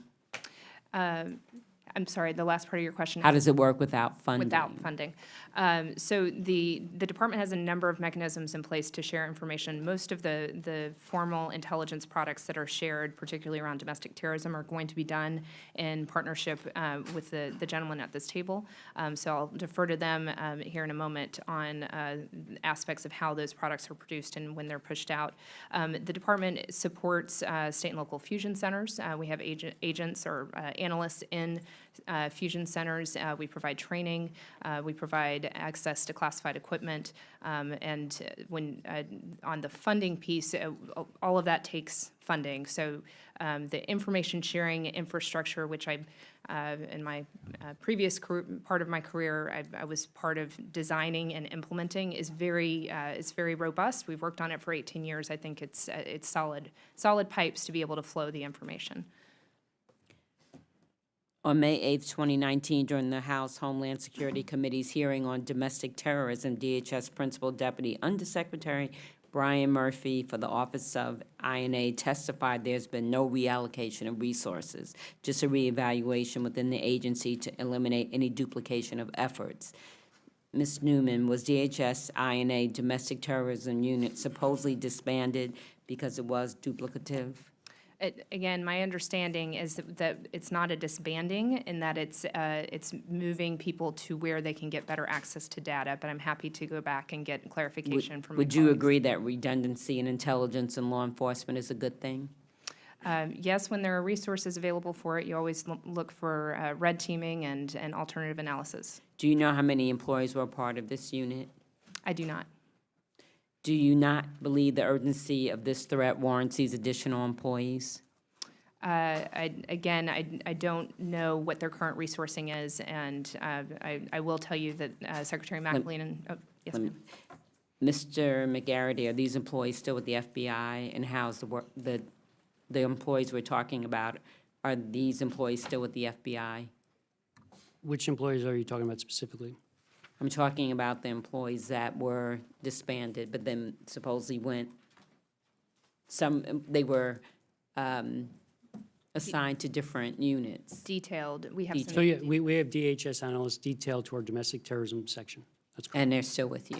We do have, I'd have to go back in the numbers, but I have talked to Brian Murphy, who was here when we testified a couple weeks ago. We have some, we might even be getting some more. So this change has worked. We have a very good relationship with DHS. I'll tell you, when we put out, I think what you're getting at is, what are we doing to put the intelligence out to the state locals or law enforcement partners? So we do it through a joint intelligence bulletin. Every joint intelligence bulletin that we put out on domestic terrorism or international terrorism, any type of terrorism, we do jointly with DHS, INA. So we've actually had a significant increase so far in fiscal year 2019. We've surpassed already what we did in fiscal year 2018 for domestic terrorism joint intelligence bulletins, and they go directly to the state locals. We also go through the Joint Terrorism Task Force executive committees and our task force partners to push that information out. My time is way over. Thank you. Thank you very much, Ms. Kelly, and I yield to Mr. Roy for 5 minutes. I thank the chairman, and I apologize to the witnesses that I had to step out for a little bit to go to another hearing, such as the state of the way things operate here. Sometimes we have competing hearings. Ms. Newman, a quick question with respect to funding. Do I understand correctly that the funding levels that are currently being allocated for purposes of combating domestic terrorism broadly are relatively similar to what they were previously, but there were some different buckets that kind of conflate those numbers? Could you expand on that really quickly? Sure. Thank you for the question. Yes, the amount of money that was associated with the office that is now called Targeted Violence and Terrorism Prevention has remained relatively the same. We have the $10 million grant program that was a 2-year period of performance coming to a conclusion. We're evaluating it and assessing internally about future requests for funding associated with that. And there was an additional $8 million reprogramming request to provide contractors in the field. Again, we were evaluating whether the concept of field staff worked, and if so, if a contractor model was the way we wanted to go. That is one of the things that the RAND study also looked at for us was field staff, and based on, we still have some more internal deliberations to consider, but I don't think we're going to be looking to contractors to be doing this kind of prevention work in the future. And is it true that the previous administration had a fairly significant focus, appropriately, on foreign terrorist efforts, including ISIS and otherwise, and then how that connected back to those that are homegrown? Yes, sir. The countering violent extremism in general was focused on, if you go all the way back to 2008, Al-Qaeda, and then with the rise of the homegrown violent extremist with ISIS, it shifted to focus on the lone individual radicalizing to violence. So yes, appropriately, the Obama administration was focused on designing prevention programs to address that threat. Around 2017, it was Secretary Kelly that noted, if you may remember, there was a series of incidents at Jewish cemeteries in March of 2017, and he directed, since we were reviewing the grant program, that to make sure that the grants could be, the grantees, potential grantees, were using their funds for more than one ideology to try to be as broad as possible. So that opened the aperture to address domestic terrorism, and many of our grantees do that now. So to be clear, and this is, by the way, no criticism at all in the previous administration, there was some focus there with respect to foreign terrorist organizations and the networks here in the United States, but then the current administration, Secretary Kelly, looked at some of the threats that we are now looking at and made a change to address that. True? Yes. In addition, we talked a little bit about the RAND study, and it is true that the Trump administration requested the RAND study on the terrorism prevention and is now implementing the results of that study to have an objective third-party view? Yes.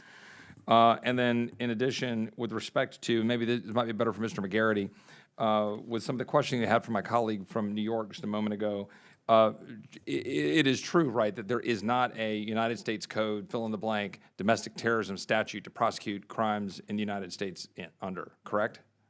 Yeah, there's a statute, but it defines what domestic terrorism is. It's not a statute you could charge. Right. Like 2339 on the other for foreign terrorists. Correct. And so that's why you were describing there were no charges under it, because there was nothing to charge. Right, so the narrative's not out there.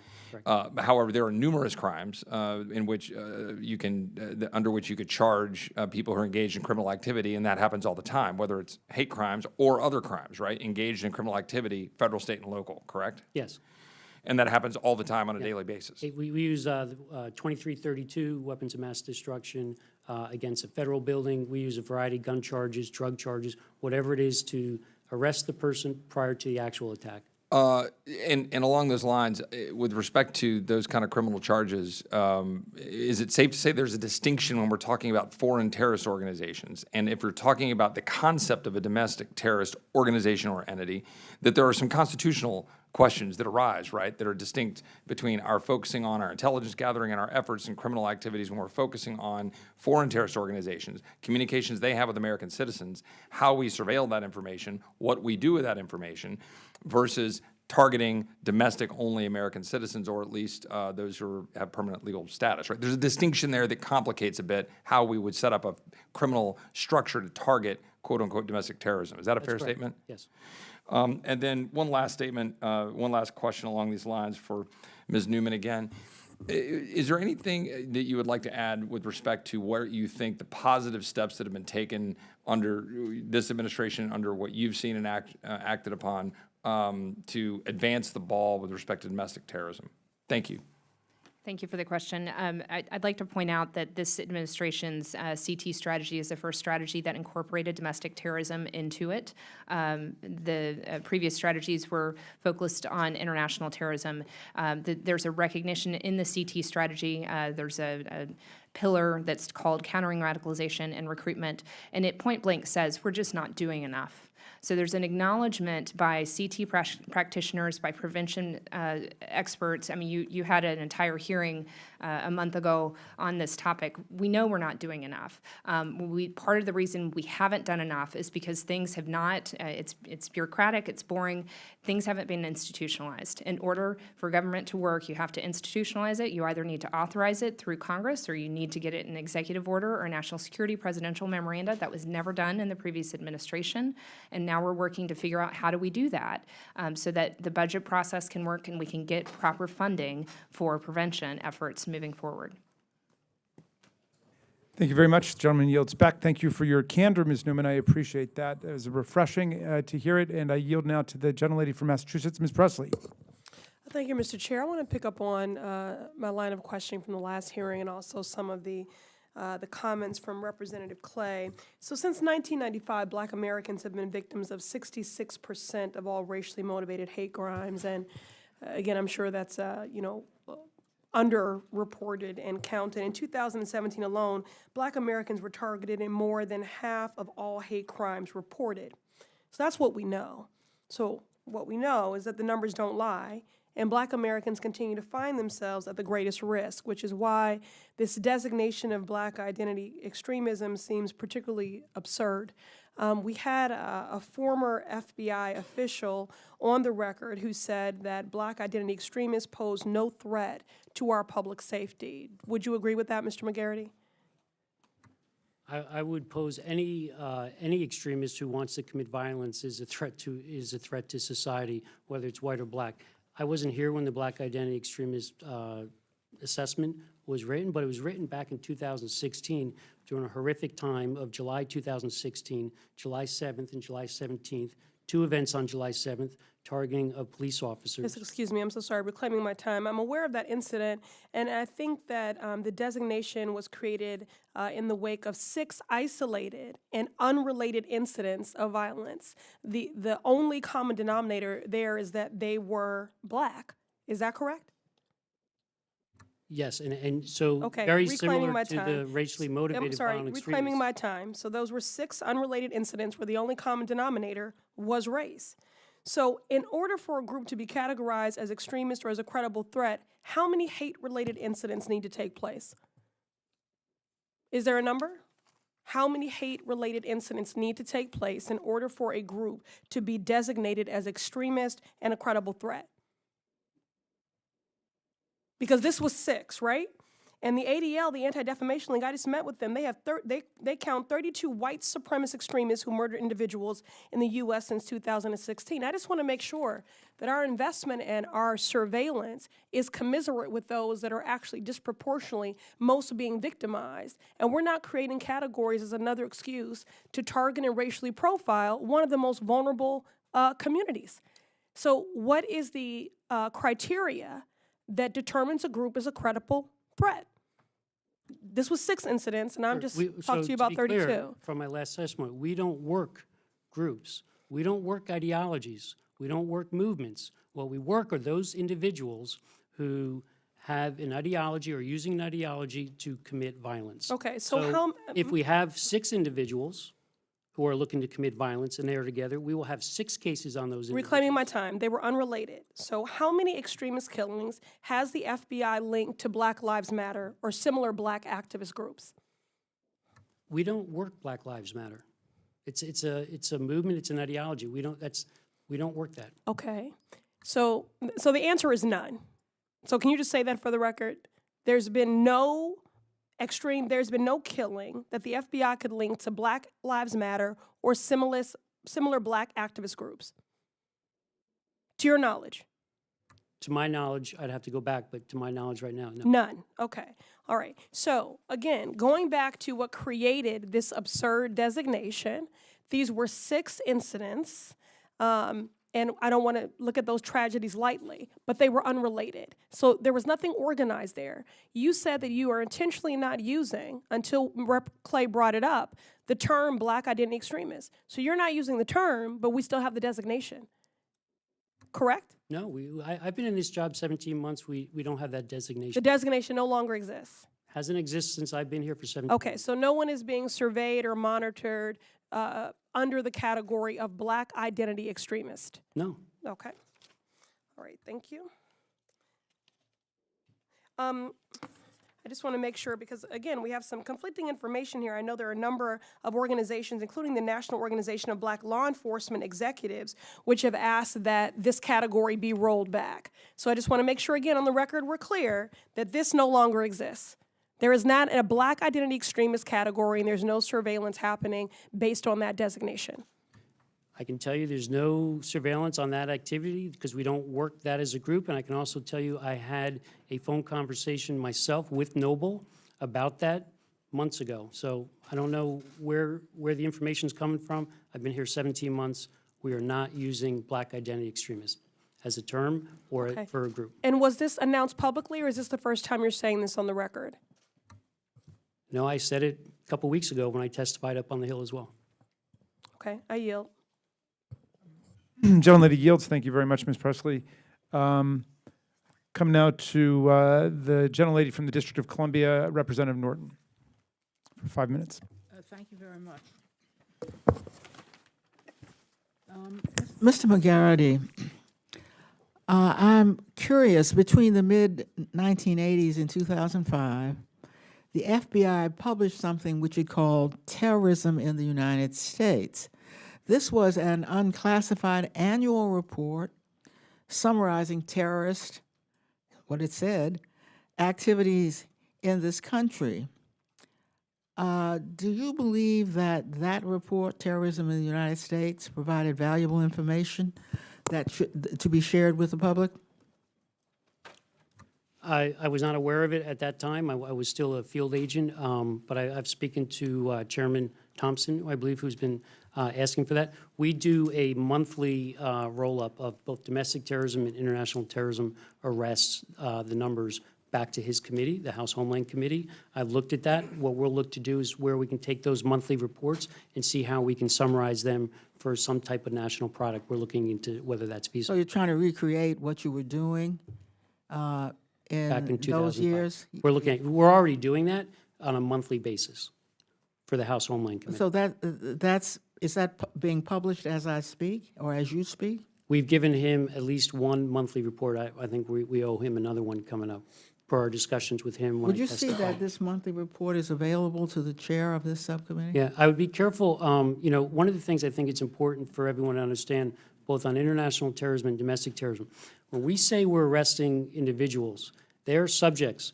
Most of the time, it may not come up in the international terrorism that this person was even a subject of the FBI, because we're arresting them on a gun charge, because that's the charge that's available to us at the time to stop the threat.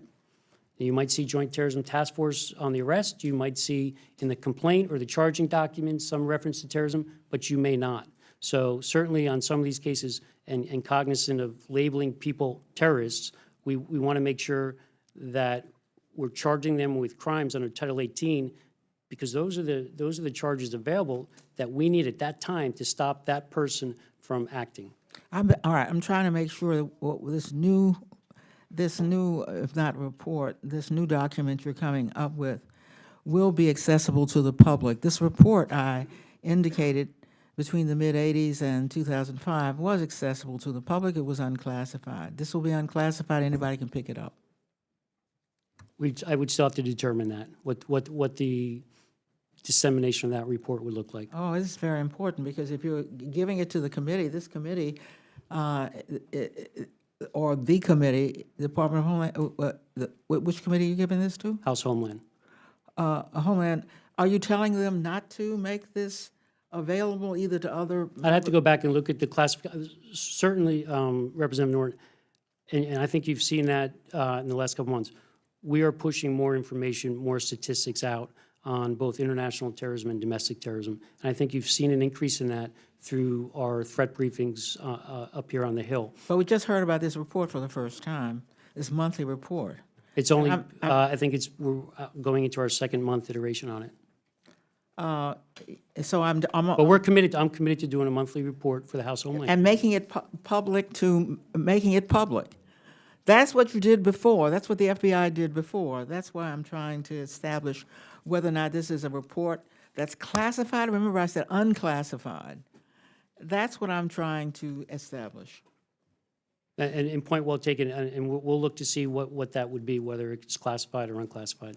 But I agree with you, we do need to give the American Would public. there be any reason to and Congress- classify? You didn't classify any such thing when you had a report that was regularly published, terrorism in the United States. Why in the world should there be any doubt, given the history of generating unclassified reports? What in the world would lead this to possibly be classified? Give me a reason. I could say in some cases, and in today's world, that there could be a actor that is arrested here from the Joint Terrorism Task Force who's related to a state sponsor of terrorism, that at that point in our strategy for a disruption, we may not want Well, to. Mr. Garrity, I must say to you, I believe that would have been the case in the report that I just indicated. That's what I'm saying. We have to work through those things, and certainly I want to be more proactive in giving information, so Yeah, I'll well, look at it. all I can say is nobody will interfere with an ongoing investigation, and I'm sure that the report that for decades the FBI did publish made sure that that didn't occur. And again, I'm going to ask the subcommittee chair. Congresswoman Norton, thank you very much for that line of questions. And Mr. McGarity, I want to echo the representative from the District of Columbia. Certainly, we would like a copy of that report if you're producing it for Congress. And we would encourage you to think about making it public. If not, we can continue that dialogue elsewhere. But at the very least, we would like to be able to look at it, and then we can talk about making it public. Before I yield back, I would like to say if you're giving it to one committee in the House, it seems to me automatic it should come to another committee. And I ask that that be provided as soon as possible to the chair of this subcommittee, particularly since you're already providing it to Congress. We're all in equal footing here, sir. Thank you. The gentlelady yields back. And I recognize now the gentlelady from Michigan, Representative Tlaib, who's with us today. Thank you, Mr. Chairman, and thank you so much for allowing me to be here. This is pretty complex. The more I hear about this, and as an attorney as well, I'm always constantly looking at specific actions and words and some of the other circumstantial evidence in regards to whether or not, and it's very intriguing, Mr. Shivers, that you talked about hate incident versus hate crime and so forth. I believe that the government's priorities and resource allocations should be in coordinates with the magnitude and nature of the violent extremism threat in the United States. Do you all agree with that? With one caveat, I would say risk is how we evaluate application of resources. We take into account threat, vulnerability, and consequence. Do you all agree? Yeah, and we go through a threat review process, both at headquarters and in the field, to do that, to make sure our resources are properly aligned against our threats. And I just want you to know, many of my next questions, I know that you don't get to make these decisions, but I'm trying to educate the public, but also put it in congressional record. So, Mr. McGarity, the FBI has indicated that approximately 20% of the FBI's pending counterterrorism cases are characterized as so-called domestic terrorism investigations, which roughly parallels resource allocations of counterterrorism special agents in field offices working on domestic terrorism. Is that correct? Yes. How many pending domestic terrorism cases does the FBI have currently? Approximately, and again, it's a point in time, it's static. About approximately a month ago, it was approximately 850. That's the number I have, thank you. And white supremacist extremism cases, would all fall under so-called domestic terrorism, correct? Yes. My understanding is that the remaining 80% of FBI's pending counterterrorism cases would be characterized as the international, what you called them I hate these labels, by the way, it drives me, as a Muslim, like, I just hate them because it automatically makes me feel like people are targeting those of different faiths and colors and so forth. But call HVE cases? So I think you're... The 80% left from that budget, the resources are going to, no? No. So we have approximately 4,500 to 5,000 terrorism cases. Okay. Of that, approximately 850 domestic terrorism cases. So if you take the rest, those are international terrorism cases. Okay, so we have approximately 1,000 homegrown violent extremist cases, And so- approximately 1,000 so the ISIS HVEs, affiliated. those folks are falling under this. International terrorism. Okay, so one of the things that came up is, and it's a good question to you, Mr. McCarry, or anybody else that'd like to answer. Do you think we should have a domestic terrorism statute? I will say, as a former prosecutor, as a former investigator, I want every tool in the toolbox and I want options. So if I can have But more Mr. options, McGarity, so- I would say I want another tool in the toolbox. Yes. But I'll defer to the Department of Justice. Of course. To work with Congress if there's a statute. So the tools we have is not enough? I mean, if somebody's threatening to kill people based on their faith, to kill people based on their beliefs or just, that kind of sort of, I loved how you said any violence is a threat to society, right? Any form of violence, and I appreciate that. But there's not enough right now to give you all power. So I'm going to give you an example. So I've been in office for about 6 months. And when you get something like this, attention Congresswoman Alexandria Ocasio-Cortez and ragheads Rashida Tlaib and Ilhan Omar, I was totally excited and pleased when I heard about 49 Muslims were killed and many...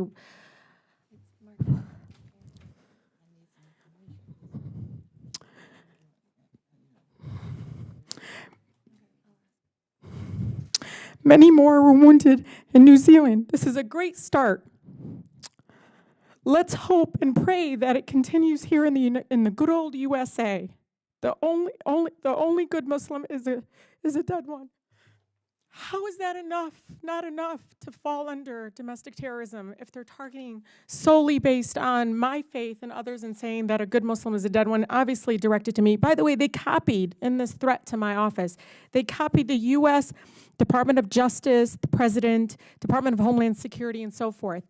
And we get so many of them, and I keep asking, what happens? What happens to these individuals? Are they... I'm being sincere. I'm not trying to, I'm really sincere. I'm a mother, so I want to go home to my 2 boys. So first, my empathy. I'm in charge of domestic terrorism and international terrorism. I don't differentiate either when the threat comes in, nor does the FBI. We work on both the same. And I appreciate that, and I hear that throughout your testimony. It's very consistent, Mr. McGarity, but how come we don't have enough tools right now to pull these people up in, because this is a format, and you can see there's a pattern. Well, there's 2 parts to that. So I can tell you, the FBI, the Joint Terrorism Task Force, we are working hard, as was said earlier. We are working hard. If there's another statute that you think is needed, come talk to the Department of Justice, absolutely. I mean, I think they've said that during the last testimony back in May. Those type charges, as you're explaining that, I want to arrest that person before they do something. That's right. I have to, right? Right. What am I going to do? I'm going to look at any charge I can do. Probably in that case, if it gets a little more specific with the violence and targeted violence, I'm going to use 18 U.S.C. 875, an interstate communication threat. That's what I'm going to do. So And we do that every day, and we actually do it more. And I'm not trying to be argumentative here either. I'm just telling you, the men and women of the FBI are out here working this threat hard.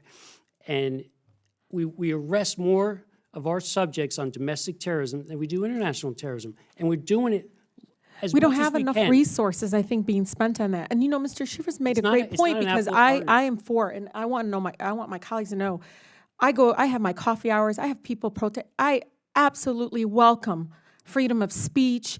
I welcome anybody that has an opinion, even about my faith. But to get to the point where they pass it towards threatening life, and really, I mean, to me, that is enough. Sometimes you know, the protected speech, and that's something we have to be very careful and tread very carefully, very, very carefully with that. But it to that point where this person, where I feel like if it came from somebody of different, and no matter what, as we try to proceed, we say that's not true. But I feel like if they were Muslim or Black, they would be handled differently. Even the threat that we had in Florida, they released him on a tether. I had to go to Florida the same weekend. I couldn't believe they released him on a tether. And I've been on the other end, you know, defending many people that were wrongfully accused and wanting to, I couldn't get them on bail for the smallest incident of, you know, attempted assault and so forth, right? Serious offenses, I believe. But in many ways, these kinds of incidents, when it comes to threats of life towards other people based on, you know, somebody of Jewish faith, Muslim, being Black in America, this anti-Blackness movement that we have, when do we take those so seriously as a movement that is obviously pushing violence? I mean, I mean, at this point, you're letting the person out on a tether. I know you're not, Mr. McGarity. And like, what scares me about your, you know, kind of not requesting, but you're saying, do you think we should have domestic terrorism statute? What scares me about that is that we're spending, and I'm sorry, Mr. Chairman, that we're going to allow this big balloon of then we're still going to be leaving people out. I feel like if they're threatening the life of someone else, that alone should be just enough for us to get them on it. If it's based on hate because they're mentioning a faith, if it's based on color and so forth, sexual orientation, that should be enough. And I mean, I commend you all in trying to keep our country safe, but I feel like almost like we need to be proceeding in a way that we're spending enough resources and money with the people that are here now, that are threatening lives of fellow Americans. Thank With you. that, I yield. I'm so sorry. Thank you, Ms. Tlaib. I was so mesmerized by your statement, I lost track of time there, so that was my fault. Come now to Mr. Malinowski. I yield to you for 5 minutes. Thank you, Mr. Chairman. And let me just say, in my congressional district, virtually every synagogue now has armed security. Every mosque, when I go for Friday prayers, there's state police outside, and thankfully law enforcement is doing everything it can, but this is an ever-present fear for everybody who is worshiping in New Jersey. And so these questions about resource allocation are absolutely legitimate. Let me begin with actually where the chairman started at the beginning, the question of cooperation with our allies around the world. Mr. McGarity, you talked about this as, yes, a transnational threat in the sense that these people are communicating online, but isn't it more than that? They're traveling, they're meeting each other. The shooter in Australia, in New Zealand, traveled to Europe and met people in similar groups. We have Americans going to Ukraine to fight for militias there, coming back with military training, joining neo-Nazi groups. My question to you, much more specific, if we can drill down on this intelligence sharing, is do you feel like you have the authorities with respect to sharing intelligence with our allies on members of neo-Nazi, white supremacist organizations, so-called domestic terrorists, that you have if, for example, an American citizen is chatting online with Al-Qaeda in Yemen and then getting on a plane to Europe, in terms of contacting your counterparts in those law enforcement agencies so they can surveil, so they can contribute to our work? If I have an open case on someone, it doesn't matter whether it's international terrorism, domestic terrorism, or criminal. I can share Open case, yes, but you don't necessarily have an open case if someone hasn't done anything yet, right? No, of course right. we do. Okay. Yes, so, I mean, if we have an open case where someone is looking, international terrorism, domestic terrorism, looking to do violence, right? Looking to do something. So what the Congresswoman said, plus looking to do violence, not just hate, but targeted hate, and I can open a case, I can share that information and work with my foreign counterparts, and we do that every day. So despite the fact that we don't designate domestic groups, and I'm not suggesting we do, but I can share that are information. you suggesting you have essentially the same authorities with respect to? Sure, yeah. Okay, We're good. working investigation, and we would do a lead to that legal attaché office to share with the local counterparts. We may not get the same response, to Understood. be quite honest, depending upon the country. Now, Ms. Newman, Mr. McGarity said at one point, well, several times, that he is focused on violence, not ideology, and I think that's probably the right answer from the FBI's point of view. But in terms of a national strategy for dealing with this threat, if violence is animated by ideology, isn't it important that we understand it, that we counter it, and above all, that nobody in a position of authority legitimize or echo that ideology? Sir, the studies that have been done by the National Institute of Justice, by the Secret Services, INTAC, have identified that ideology is certainly one of about 5 components of an individual that's going to radicalize, but it is not significant enough that you have to know it in order to be able to see those behaviors and indicators of somebody on a pathway to committing an act of targeted violence. Meaning, you usually don't even discover what that ideology is or that motivation is before you might have clued in that somebody was trying to do something. Okay, now, this but is specific to... There are motivations here. Yes. And with regard to the white supremacist individuals and groups, that there's a belief that is driving those actions, a belief that white people are being replaced, that they are being threatened by something. And looking at the recent cases, isn't it fair to say that one of the common threads is that these people are animated by a conspiracy theory with regard to immigrants to America? I mean, they're all talking about it. Is that fair?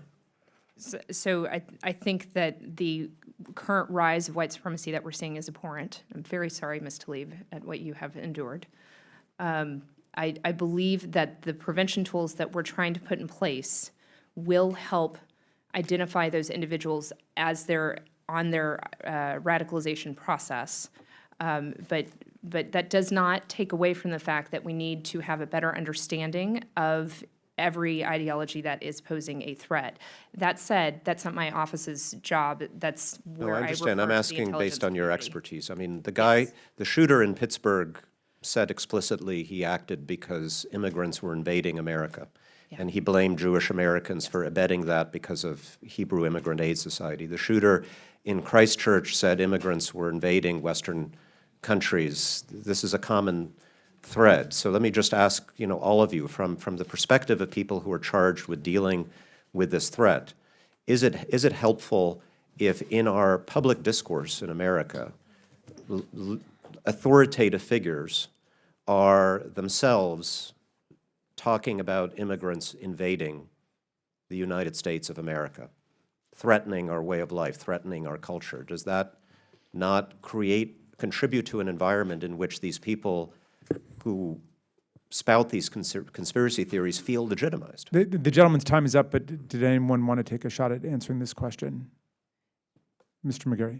I'll take a shot. So it's usually, it's never one sole issue, but there's certainly many. And with the internet, you can find whatever ideology you want to justify your action. I can leave it at that. And that's because we're seeing cross ideologies. In other words, there could be someone who's racially motivated violent extremist, but also their ideology might be anti-immigration. And then everyone's got a little bit different. We're seeing that more and more over the last couple of years than we did in years past, which were more stovepipe ideologies, if you will, more organized. But you wouldn't want me echoing that ideology, would you? From my position as Ms. Newman, did you want to answer that question? Well, what I was going to suggest is that the fact that we live in a 24/7 news cycle now, the fact that the way that we get attention is through retweets and clicks, it leads us to more passionate rhetoric. And as government officials, our job is not to worry about the rhetoric or police the rhetoric. It does make our job harder. But the focus is on identifying the individual before they commit that act of violence and getting them the help that they need and hopefully being able to get them outside, hopefully to avoid the FBI having to investigate because we've gotten them the help they need to be able to see things clearly. All right, we very much appreciate all of your contributions today. We will continue the dialogue and we'll continue to work with you. Ms. Newman, Mr. Shivers, Mr. McGarity, thank you all, and we're going to bring up our second panel now. You are all dismissed. Used up all his time. So.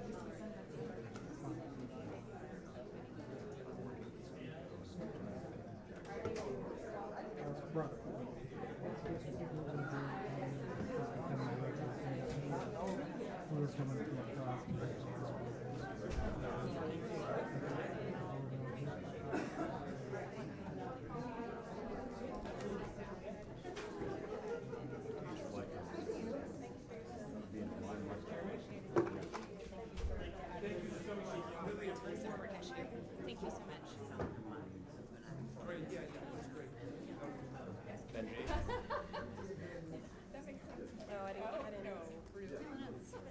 Oh, okay.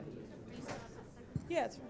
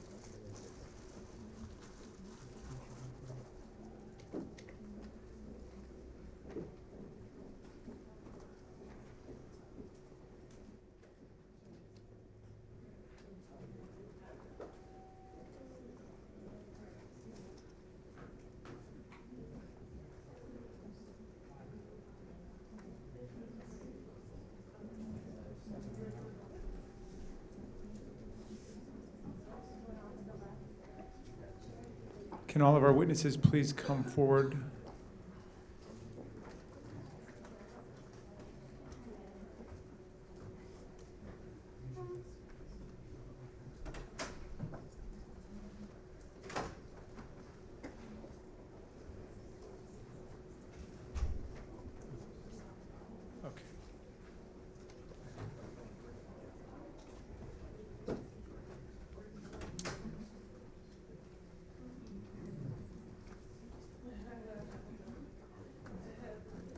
Okay, the subcommittee is called back to order. I want to, again, thank the first panel of witnesses for their testimony.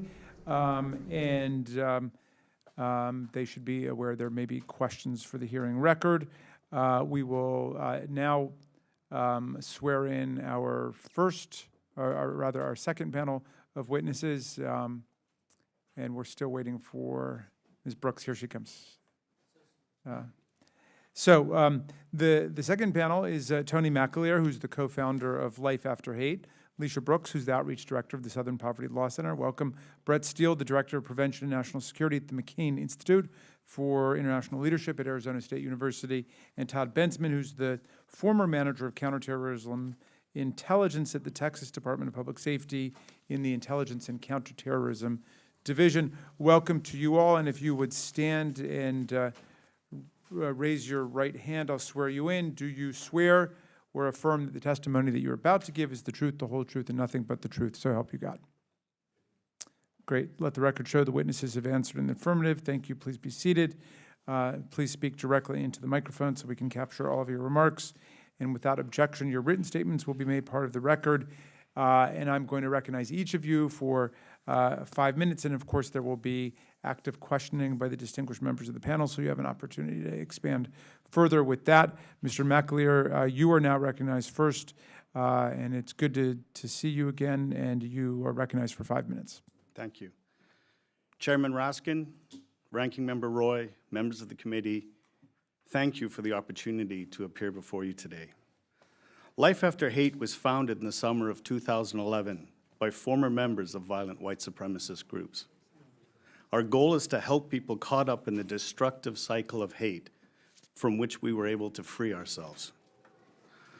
Within a year of our founding, a former U.S. Army soldier with ties to white supremacist and neo-Nazi groups killed 6 innocent people and injured 4 others at the Sikh temple in Oak Creek in Wisconsin. A little less than 3 years later, in 2015, another white supremacist walked into the AME church in Charleston, South Carolina, with the same goal. He was armed and primed for murder and killed 9 people on that day. That same year, Life After Hate answered a call from a troubled veteran. He'd done tours to Iraq and Afghanistan and was becoming preoccupied with his local Muslim community. Thankfully, he reached out to us. Within 24 hours, 2 of our team members were on a flight to meet with him. They spent the next 72 hours together, culminating in a powerful meeting with the imam from the local Muslim center. To this day, that vet is still engaged with his local Muslim community, a community that is safer as a result. Our team prides itself on our ability to assess and, where necessary, respond quickly to situations where delays can prove costly. Fast forward 5 years to August 2017. A white supremacy rally draws the who's who of violent extremist groups to Charlottesville, Virginia.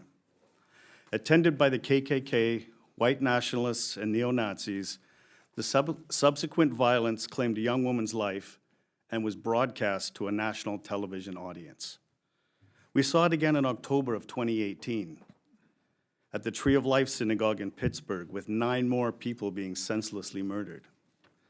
In April of this year, at the Chabad of Poway, California, we saw another innocent person murdered by a violent white supremacist. Thankfully, his gun jammed. The expert team at Life After Hate are often referred to as formers, meaning former violent extremists. Just as important as our unique firsthand experience within violent extremist groups is our collective professional training and experience. Collectively, the Life After Hate team has worked with hundreds of men and women who were able to successfully exit the white power movement and build more positive lives. Our founding group has undergone extensive personal and professional development, and today, the Life After Hate team has 3 decades of professional counseling experience between them. There is no other organization that's able to perform this unique work that Life After Hate does, and that has the credibility to encourage members of violent extremist groups to reach out to them and just as importantly, to work at scale. Life After Hate has built a successful model that combines our unique experiences, professional training, and evidence-based practices. We're now teaching this model. This in-person training empowers local professionals, law enforcement, mental health, and social services to recognize emerging threats within their community and to effectively engage with that person or group. The outcome of this first contact from local professionals can define the success or failure, so it's vitally important that they receive this specialized training. Since Charlottesville, Life After Hate has received more than 240 requests for help from individuals and families. This is almost 2.5 times the number of people that we helped in the 6 years prior. In the last 3 months alone, we have opened 45 new cases. Life After Hate is committed to continuing our work and to sharing the unique understanding and knowledge that we've developed in assisting nearly 400 members of white supremacist groups to leave that movement. I come before you today to urge the government to recognize that if left unchecked, white supremacist ideology inevitably expresses itself in murder. This ideology is deadly, and fueled by social media, the threat to society is growing exponentially. Thank you. Thank you very much. Ms. Brooks, you are recognized for 5 minutes. Thank you, Chairman Raskin, and thank you, Ranking Member Roy, and the committee members. Thank you for being here. In our country today, there's without question an escalating crisis of hate-related violence. There are no longer isolated incidents. There are no lone wolves. We are well past the point of cautionary tales. Each senseless act, after senseless act, is intertwined and connected by bigotry's sinew, woven by callous disregard for human life. On the last day of Passover, a 19-year-old nursing student in San Diego murdered Lori Kay inside the Shabbat of Poway while injuring 3 others. In a manifesto posted online, easily located by anyone with a passing familiarity with the internet, the killer cited as his role models Adolf Hitler and 2 other men, one in Pittsburgh and one in Christchurch, New Zealand. In March, 2 mosques in Christchurch were attacked by one of these men, killing 51 people with another 50 injured. One of the worshipers, Naheem Rashid, was killed as he charged at his assailant. 5 months prior to Poway, the other man in Pittsburgh murdered 11 people at the Tree of Life Synagogue, including brothers David and Cecile Rosenthal. The city's top FBI official called it the most horrific crime scene he'd seen in 22 years on the job. It is not a coincidence that these atrocities are carried out in houses of worship. This is deliberate. In June 2015, as was mentioned, a 21-year-old white supremacist who posed in pictures with handguns and the Confederate flag murdered 9 worshipers at the historic Mother Emanuel African Methodist Episcopal Church during their prayer group meeting. These killers want to attack people when they are at their most vulnerable, practicing their religion, laying their burdens before their God. These killings are not happening in a vacuum. White supremacy and white nationalism are allowed to grow unchecked. They remain underestimated by law enforcement and unnamed in the media because we as a society are not able to properly identify them or are just too scared to say them aloud. The falsehood of white genocide is pervasive. The people behind these murders share a common fear of the end of a white majority in the U.S. And this dangerous myth has seeped into the mainstream, just as easily heard on the evening cable news as it is seen on flyers defacing college campuses across the country. This radical and racist idea is now the animating principle of many of our elected leadership and the guiding light of the current administration. We've seen this idea become mainstreamed for 3 reasons. 1, In the mid-1980s, 77% of the U.S. population was white. It's roughly now 60%. In 30 years, it will be under 50%. This kind of change creates an existential anxiety that after being fed a steady media diet of xenophobia and in fear, metastasizes into hate. 2, the internet is a highly effective tool for spreading propaganda and indoctrination. It would be impossible to overstate the sheer volume of misinformation that ferments extremism available to all of us on our smartphones. And 3, the President of the United States is actively stoking these anxieties, demonizing immigrants, spreading conspiracy theories, and lying every day about the cause of society's challenges. The Southern Poverty Law Center offers the following recommendations. First, support a bill called the Domestic Terrorism Data Act. This bill would help to determine what resources are actually being applied to this threat and would improve interagency coordination on domestic terrorism. Second, support the Khalid Jabara and Heather Heyer Hate Crime Reporting Act, which would help to improve the reporting of hate crimes and data collection. And Congress must also compel tech and social media companies to more adequately address hate on their platforms. To date, they have demonstrated an insufficient and irresponsible lack of understanding of the vast scope of the problem. Their inaction suggests that they are either not up to the task or lack the will to do so.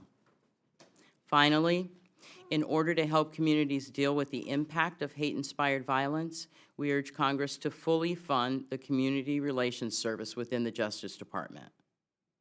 The administration's proposed 2020 budget recommends that the program be eliminated. Thank you for the opportunity to testify before you today. The Southern Poverty Law Center remains ready and willing to work with you to address white nationalism and white supremacy in our country. Ms. Brooks, thanks so much for joining us. Ms. Steele, you are recognized for 5 minutes. Thank you. Chairman Raskin, Ranking Member Roy, and members of the subcommittee, thank you for inviting me to testify on the adequacy of federal responses to violent white supremacy.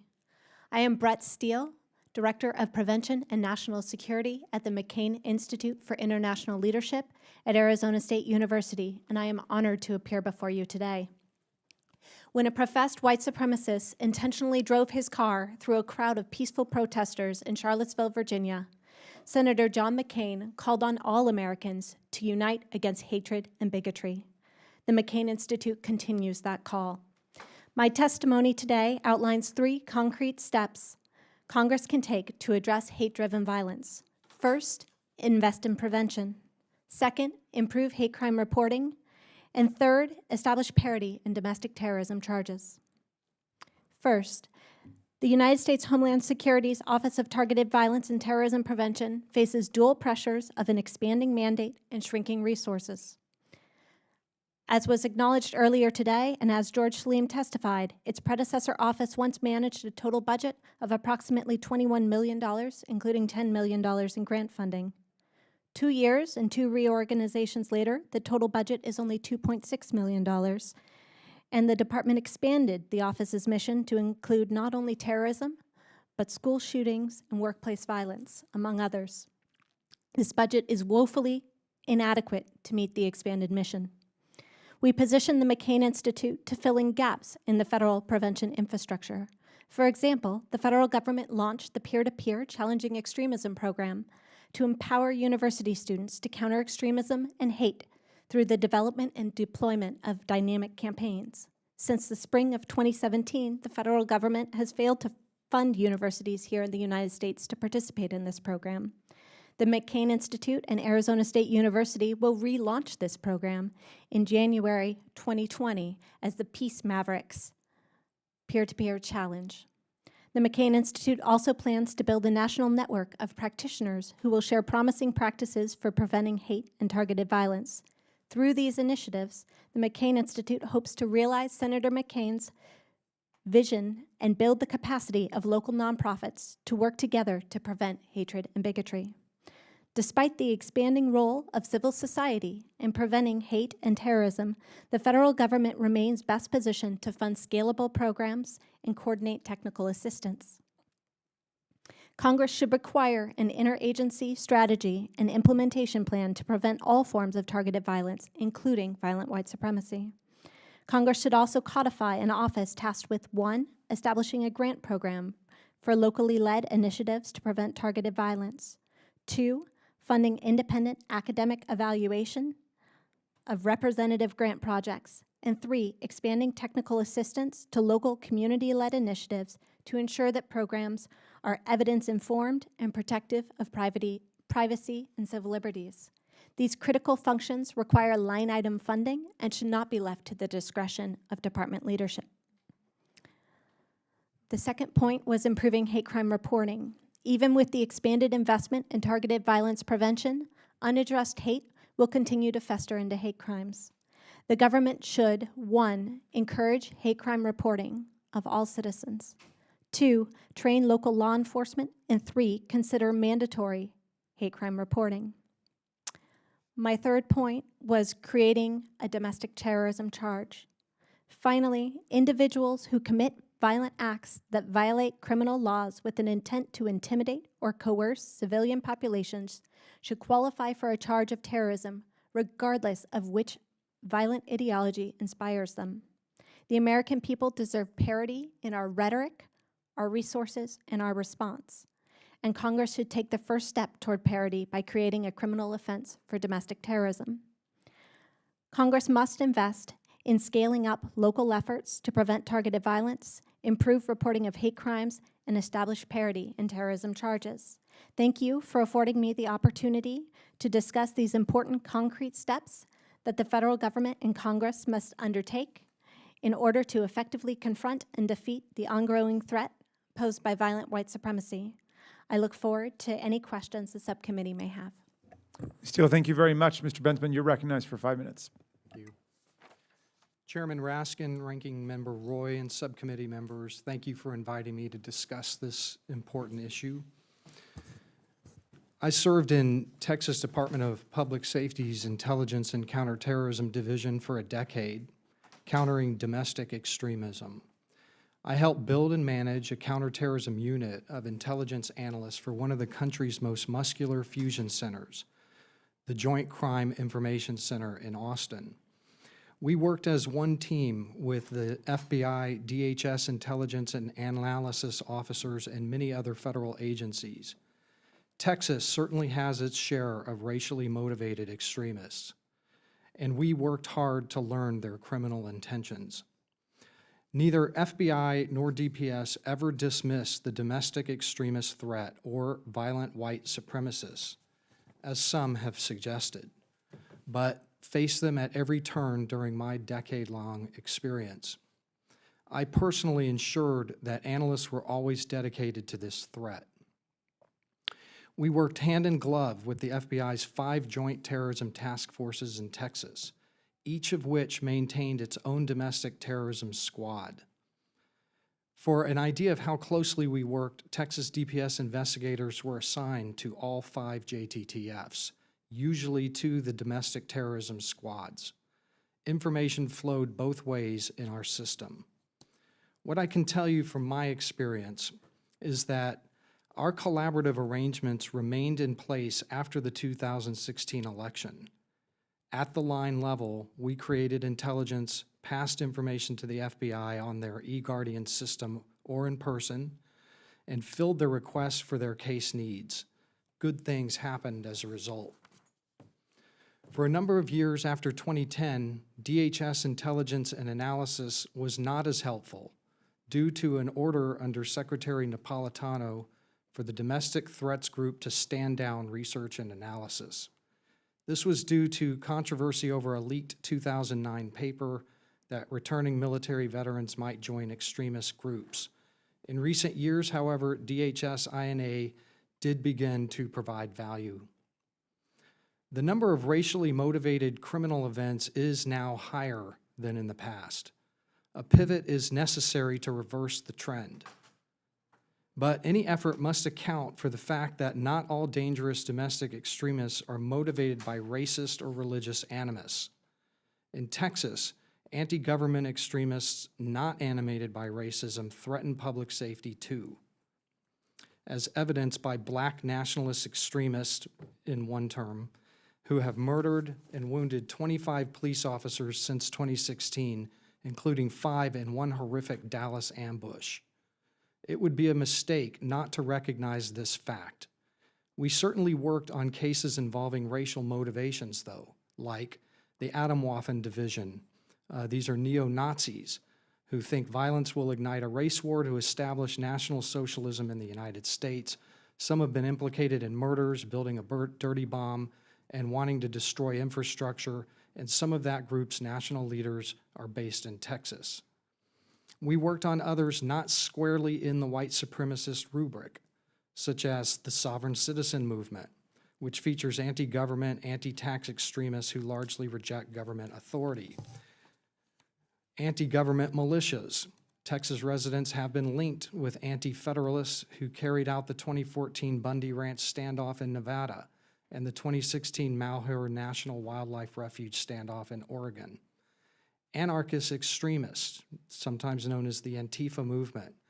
From November 2016 through the spring of 2017, masked anarchist extremists continually assaulted DPS troopers and peaceful demonstrators at the Texas State Capitol, harassed businesses in gentrifying neighborhoods, trained in live-fire military assault tactics, appear on terror watch lists, and some are currently fighting with communist Kurdish groups in Iraq. As FBI pivots to meet upcycling domestic extremism, it should be remembered that a National Fusion Center infrastructure with well-oiled collaborative practices put in place as a result of 9/11. I recommend that the Homeland Security enterprise mobilize the nation's 78 fusion centers to focus them on increased support to FBI JTTFs on this problem set. Conduct a national risk assessment of bias-motivated criminality to build knowledge of the problem set. Require police agencies to report bias crimes to the FBI's Unified Crime Report System. It's voluntary right now, and reporting is not reliable enough to be effective. Require military services to collect and share disciplinary case information and suspicious behaviors as a potential early warning. Service is a common background for certain extremists. And with that, I'll yield and be available for questioning. Thank you. Mr. Bensman, thank you very much for your testimony. I'm going to go to Mr. Roy first for the first round of questions. Oh, fair enough. Then I will start then with Ms. Kelly. Thank you, Mr. Chair. I want to go to the area of education and schools. The FBI found 10.5% of all hate crimes in 2017 occurred at schools or colleges. According to the Chronicle of Higher Education's examination of data from the Department of Education, hate incidents crimes on college campuses increased by 25% from 2015 to 2016, and incidents of hate is still on the rise, as I think you've said. Ms. Steele, in your written testimony, you mentioned that the Department of Education must be a part of the conversation to prevent the rise of violent white supremacy. What role should the Department of Education play in addressing this threat? Thank you for that question. I agree, as I said in my testimony, that the Department of Education should absolutely play a role in developing a comprehensive strategy as well as implementation plan. They played a role on the Countering Violent Extremism Task Force that now exists in name only, but that it was my pleasure to be deputy director of. Their role is... So did they dismantle the task force? The task force was not dismantled, but it no longer has dedicated personnel. It no longer has full-time personnel serving on the task force. Might as well be dismantled. Okay. So the role of the Department of Education is in advising on policies, in providing support to oftentimes teachers, administrators are asking for guidance on what to do. They issued guidance in the face of bullying incidents on campus, for example. And so to provide that support to the educators around this country who are looking for guidance on how to respond to this growing threat, not just on college campuses, but on high school campuses as well. Sounds like more needs to be done in that arena. You also wrote that the Department of Health and Human Services should be working to counter violent white supremacy. Again, what role should HHS play in addressing this threat? And Yes. to your knowledge, what are they doing? Yes, so the Department of Health and Human Services was also a member of the Countering Violent Extremism Task Force. Some of the most helpful programs out of the Department of Health and Human Services come from the Center for Disease Control, which takes a public health approach to violence prevention. And so their literature has been very helpful in informing. We see common risk factors across targeted violence, violent white supremacy, and other forms of violence that the Center for Disease Control already works to prevent. So guidance on public health approaches to violence prevention. And let's move to the Department of Labor. What role should they play and what role are they playing? So the Department of Labor also sat on the Countering Violent Extremism Task Force. You're seeing a theme here. Yes, I am. And their role historically, for example, when there was employment programs, summer internship programs that the Department of Labor was rolling out that could be part of a holistic wraparound service approach to prevention. I made sure that United States attorneys were aware of those programs in their districts that again could be leveraged for preventative approaches to violence generally.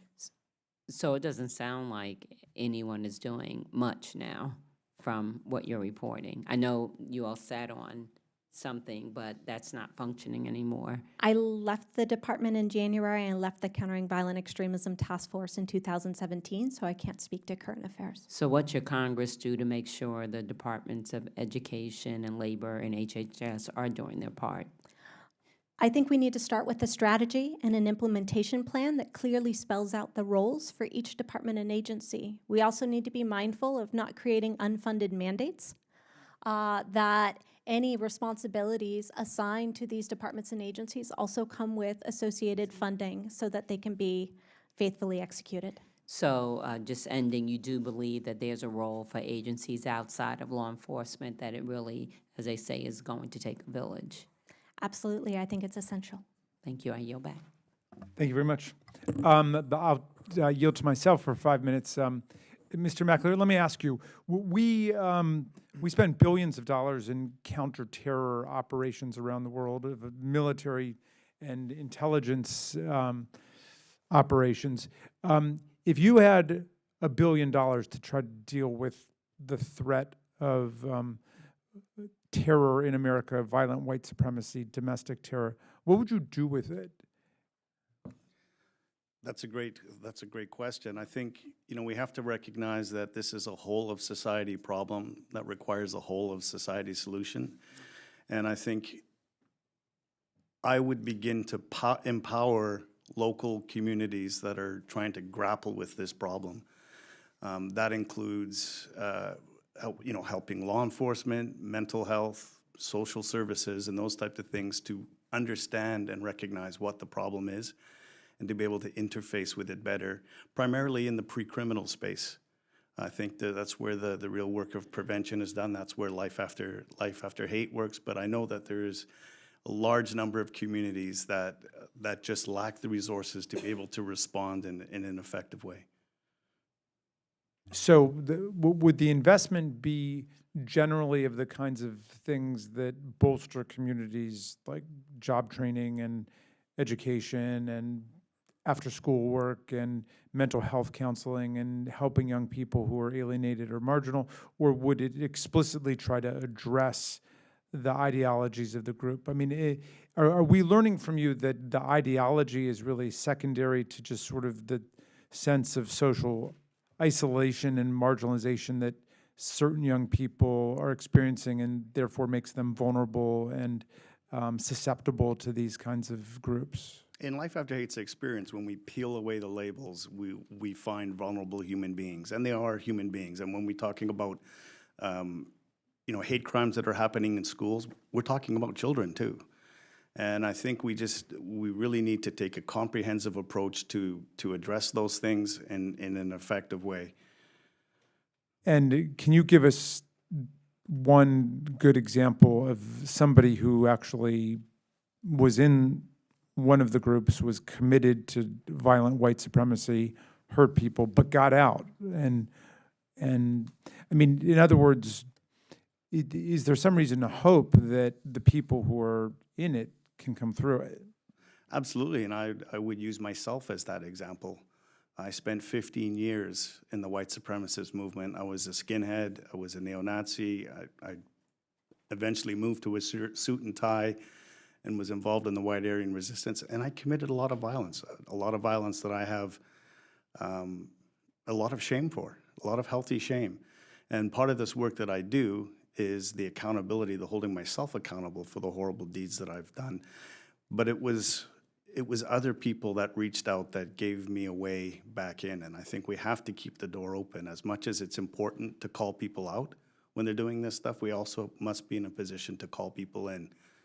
So the position you take now is that it's important to have muscular, strong law enforcement efforts to counter the violence that's happening at the same time that you try to remember the humanity of the people who are in there, that they were vulnerable, impressionable young people who got pulled into it, and to try to find a pathway out for them. Yeah, we're not saying that we are the only solution to this. We are part of a much greater holistic solution, and I think compassion is an extremely powerful tool, but it has to be married with healthy boundaries and consequences, and that's kind of the role of law enforcement. We have to have both together, otherwise it's an invitation for further abuse. Okay, Ms. Brooks, and let me turn to you and ask the same question. I mean, if you had, a big sum of money to try to spend to really make progress on this, so we don't see any repeat of Tree of Life or the Mother Emanuel Church or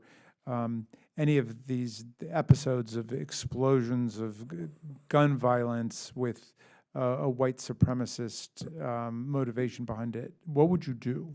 Thank you. I think that I agree with my fellow panelists, is that we need wraparound services, and I guess I would point out that it is, in some cases, in some instances, vulnerable populations, people who are living on the margins, but I'd also point out that, especially as it relates to white nationalists who call themselves alt-right or whatever on college campuses, these are well-to-do young men in their 30s. So some people are purposely joining that movement, and so I'm just reminded of the conversation that you all were having in the earlier panel, and I was just struck by people's hesitancy to talk about whiteness and race. And if we don't have those kinds of conversations, then we won't address the problem fully.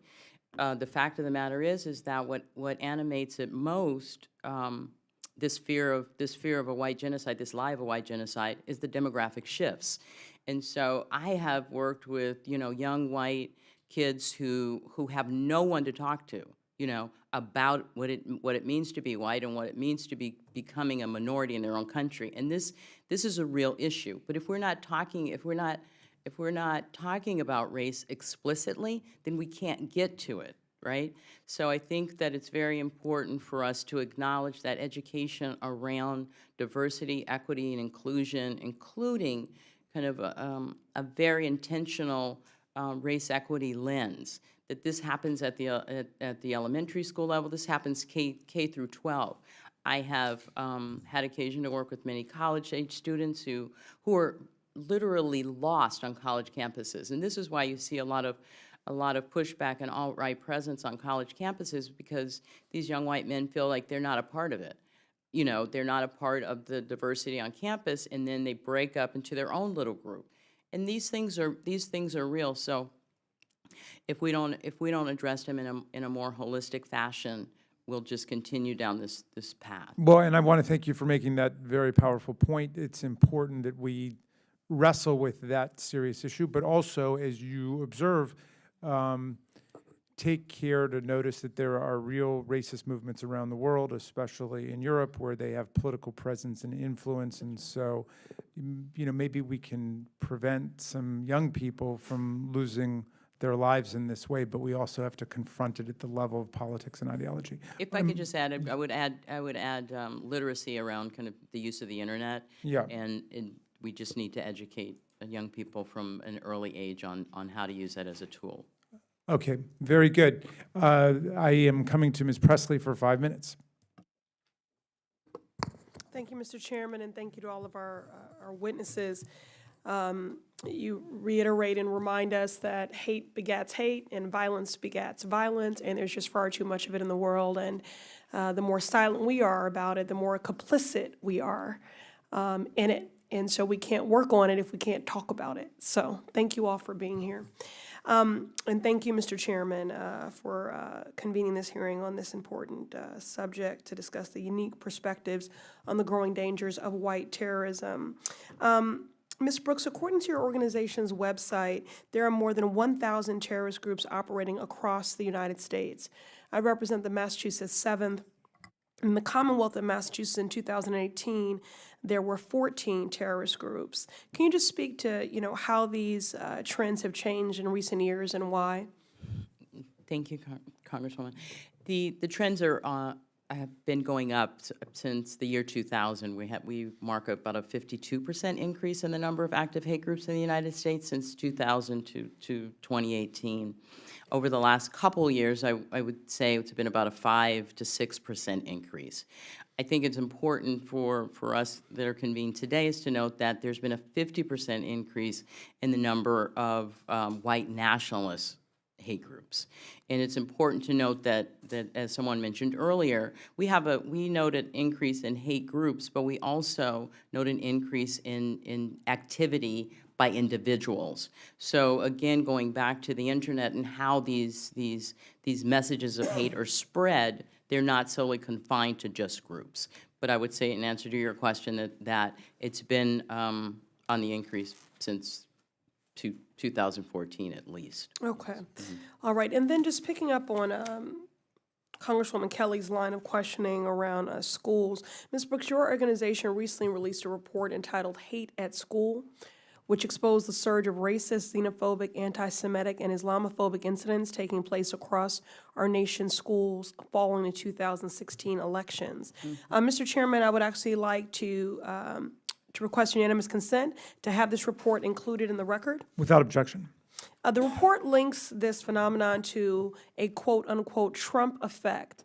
Can you explain this Trump effect and the impact it has had both on children and educators at schools across our country? Thank you so much. As we all know, the 2016 presidential campaign was ugly. It was just ugly.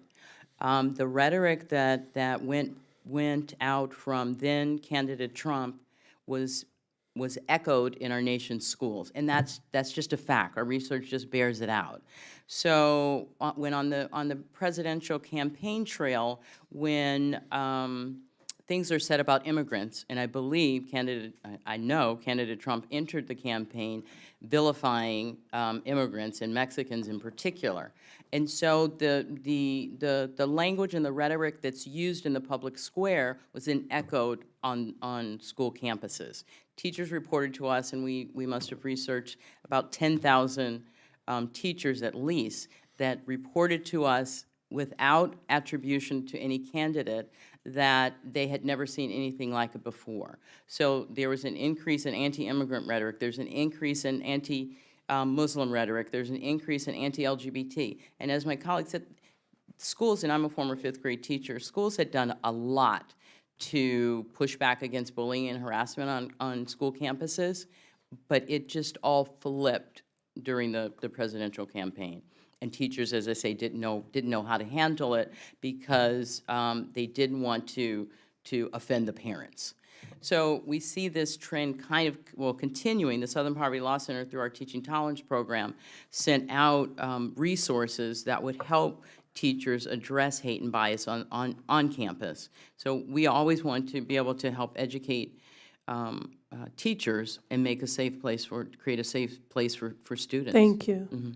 Yeah, thank you for that research and also for that resource. And just before my time ends, Ms. Brooks, in your opinion, how might designations like Black identity extremism reinforce racial stereotypes and perpetuate racial tensions?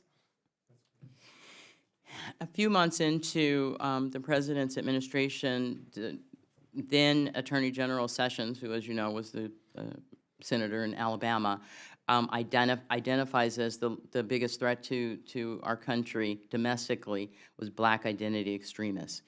The research at the Southern Poverty Law Center, ADL, any other group that maintains records and keeps up with and tracks and monitors hate and extremism will tell you that that's just not true. There is no organized threat from black extremists or Black identity groups or anything of the sort.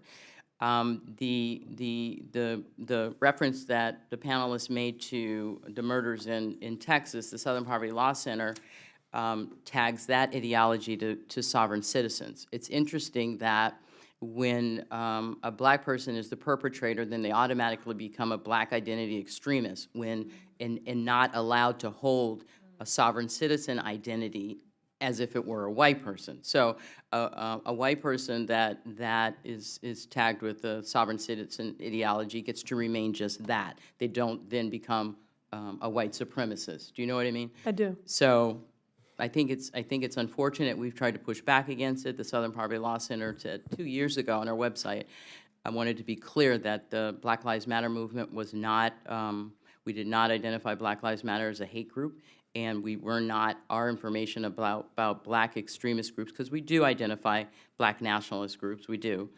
that they were not to be confused or conflated with the FBI's list at all. Thank you for clarifying. Thank you so much, Ms. Presley, and Ms. Tlaib, you're recognized for 5 minutes. Thank you, Mr. Chairman. So, Ms. Brooks, thank you, and thank you all so much for being here. I got a little text message from my staff. Ms. Brooks speaks to my soul. So I just appreciated what you were talking about in regards, probably some people know who that was. The one thing that I heard from the previous panel, Ms. Brooks, is they talked about, one of my colleagues brought up the whole ideology, and and then someone from Homeland Security said, well, there's 5 components to so-called terrorism, and ideology is only one part of that. Do you know what the other 4, like, how do they come and decide, okay, this is a group that we need to maybe put on a list or target or so forth? I have no idea what they do. I can tell you what we do. Yeah. Ideology drives or animates participation in the movement, right? People are not, they don't align themselves with the alt-right movement, say, for example, unless they adopt a white nationalist or white supremacist ideology. So to adopt that ideology kind of brings you down a rabbit hole of extremism that, as Tony mentioned, can lead to real violence. And I want to point out that I just think it's important to speak to the truth of what happens to individuals, because if we don't, they will end up acting out violent racial, they'll act out, violently. Sorry. I just feel so strongly about it. You can't erase the ideology from who these folks are. They wouldn't be involved in any of this. I mean, it's easy for us to assign ideology across the groups, and I'll just bring it up again in terms of people of color. But when it comes to saying that some young white men adopt a white supremacist ideology, we seem to want to stop. And I don't do it to attack white men. I do it because I want to help them. This is what they are believing, this is what they are fed, and this is what is animating their actions. And if we don't recognize it, we cannot help them. No, thank you so much. And Mr. McClure, I really appreciate your courage in coming forward. I'm just tremendous amount of respect for you to do that. And I love what you talked about regarding compassion. I always talk about leading with compassion, even as a member of Congress, always approaching people. I want to say, I think close to 60% of Americans have never met a person of Muslim faith before. And so just kind of coming from that school of thought, and again, leading with compassion, I'm just curious, and you don't have to share, you know, this is a public setting, but when was that moment? When was the moment where you said, I have to change? It was a moment that started a process. So it wasn't a moment where it all happened, but it started in the delivery room with the birth of my daughter, and I had a son 15 months later. And at that point in my life, and at that point in the movement, I was completely disconnected from who I came into the world to be as little Tony, right? And I'd become numbed. And with children,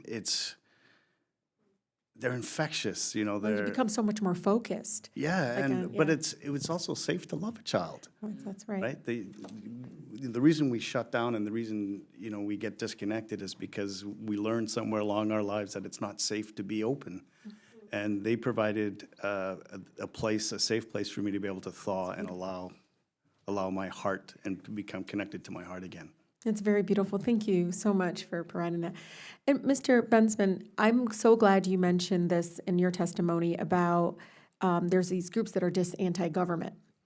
You know, I see that as anti-democracy, you know, trying to push forward and not wanting everyone to be able to participate, wanting, you know, and one of the things that I'm worried about, though, is when you do that, there are people that are, you know, expressing their First Amendment right, their freedom of speech, and wanting to, look, I don't like this form of government. But when do you decide when it turns into more of a, is it turn into some sort of type of like hate versus, because I know people that are like, I don't want to vote, I don't want to participate, I think this whole system, you know, is whatever broken, whatever. I mean, I've participated in actual college campus like protests where it's like, not until we're all truly free will I, you know, when do you decide when anti-government kind of groups are, you know, past that line and lead into some sort of violent group? Just curious. Sure.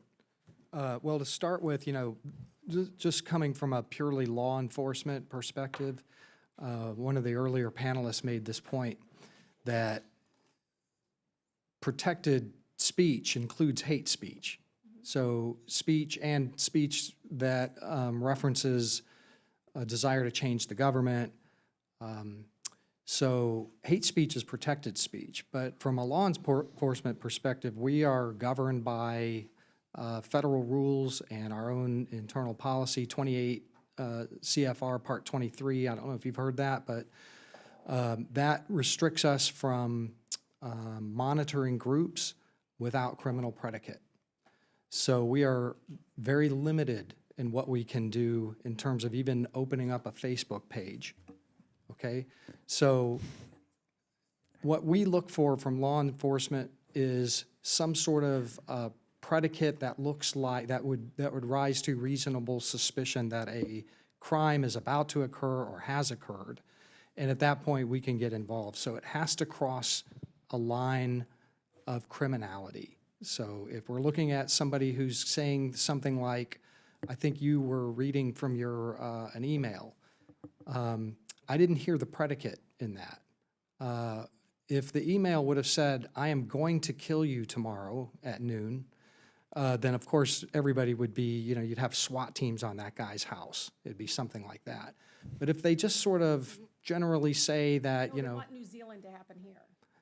okay, well, you know, that's expressing a general aspiration of, right, but what law enforcement is looking for in that circumstance is I'm going to do it, and everybody else should do it on this such and such a date.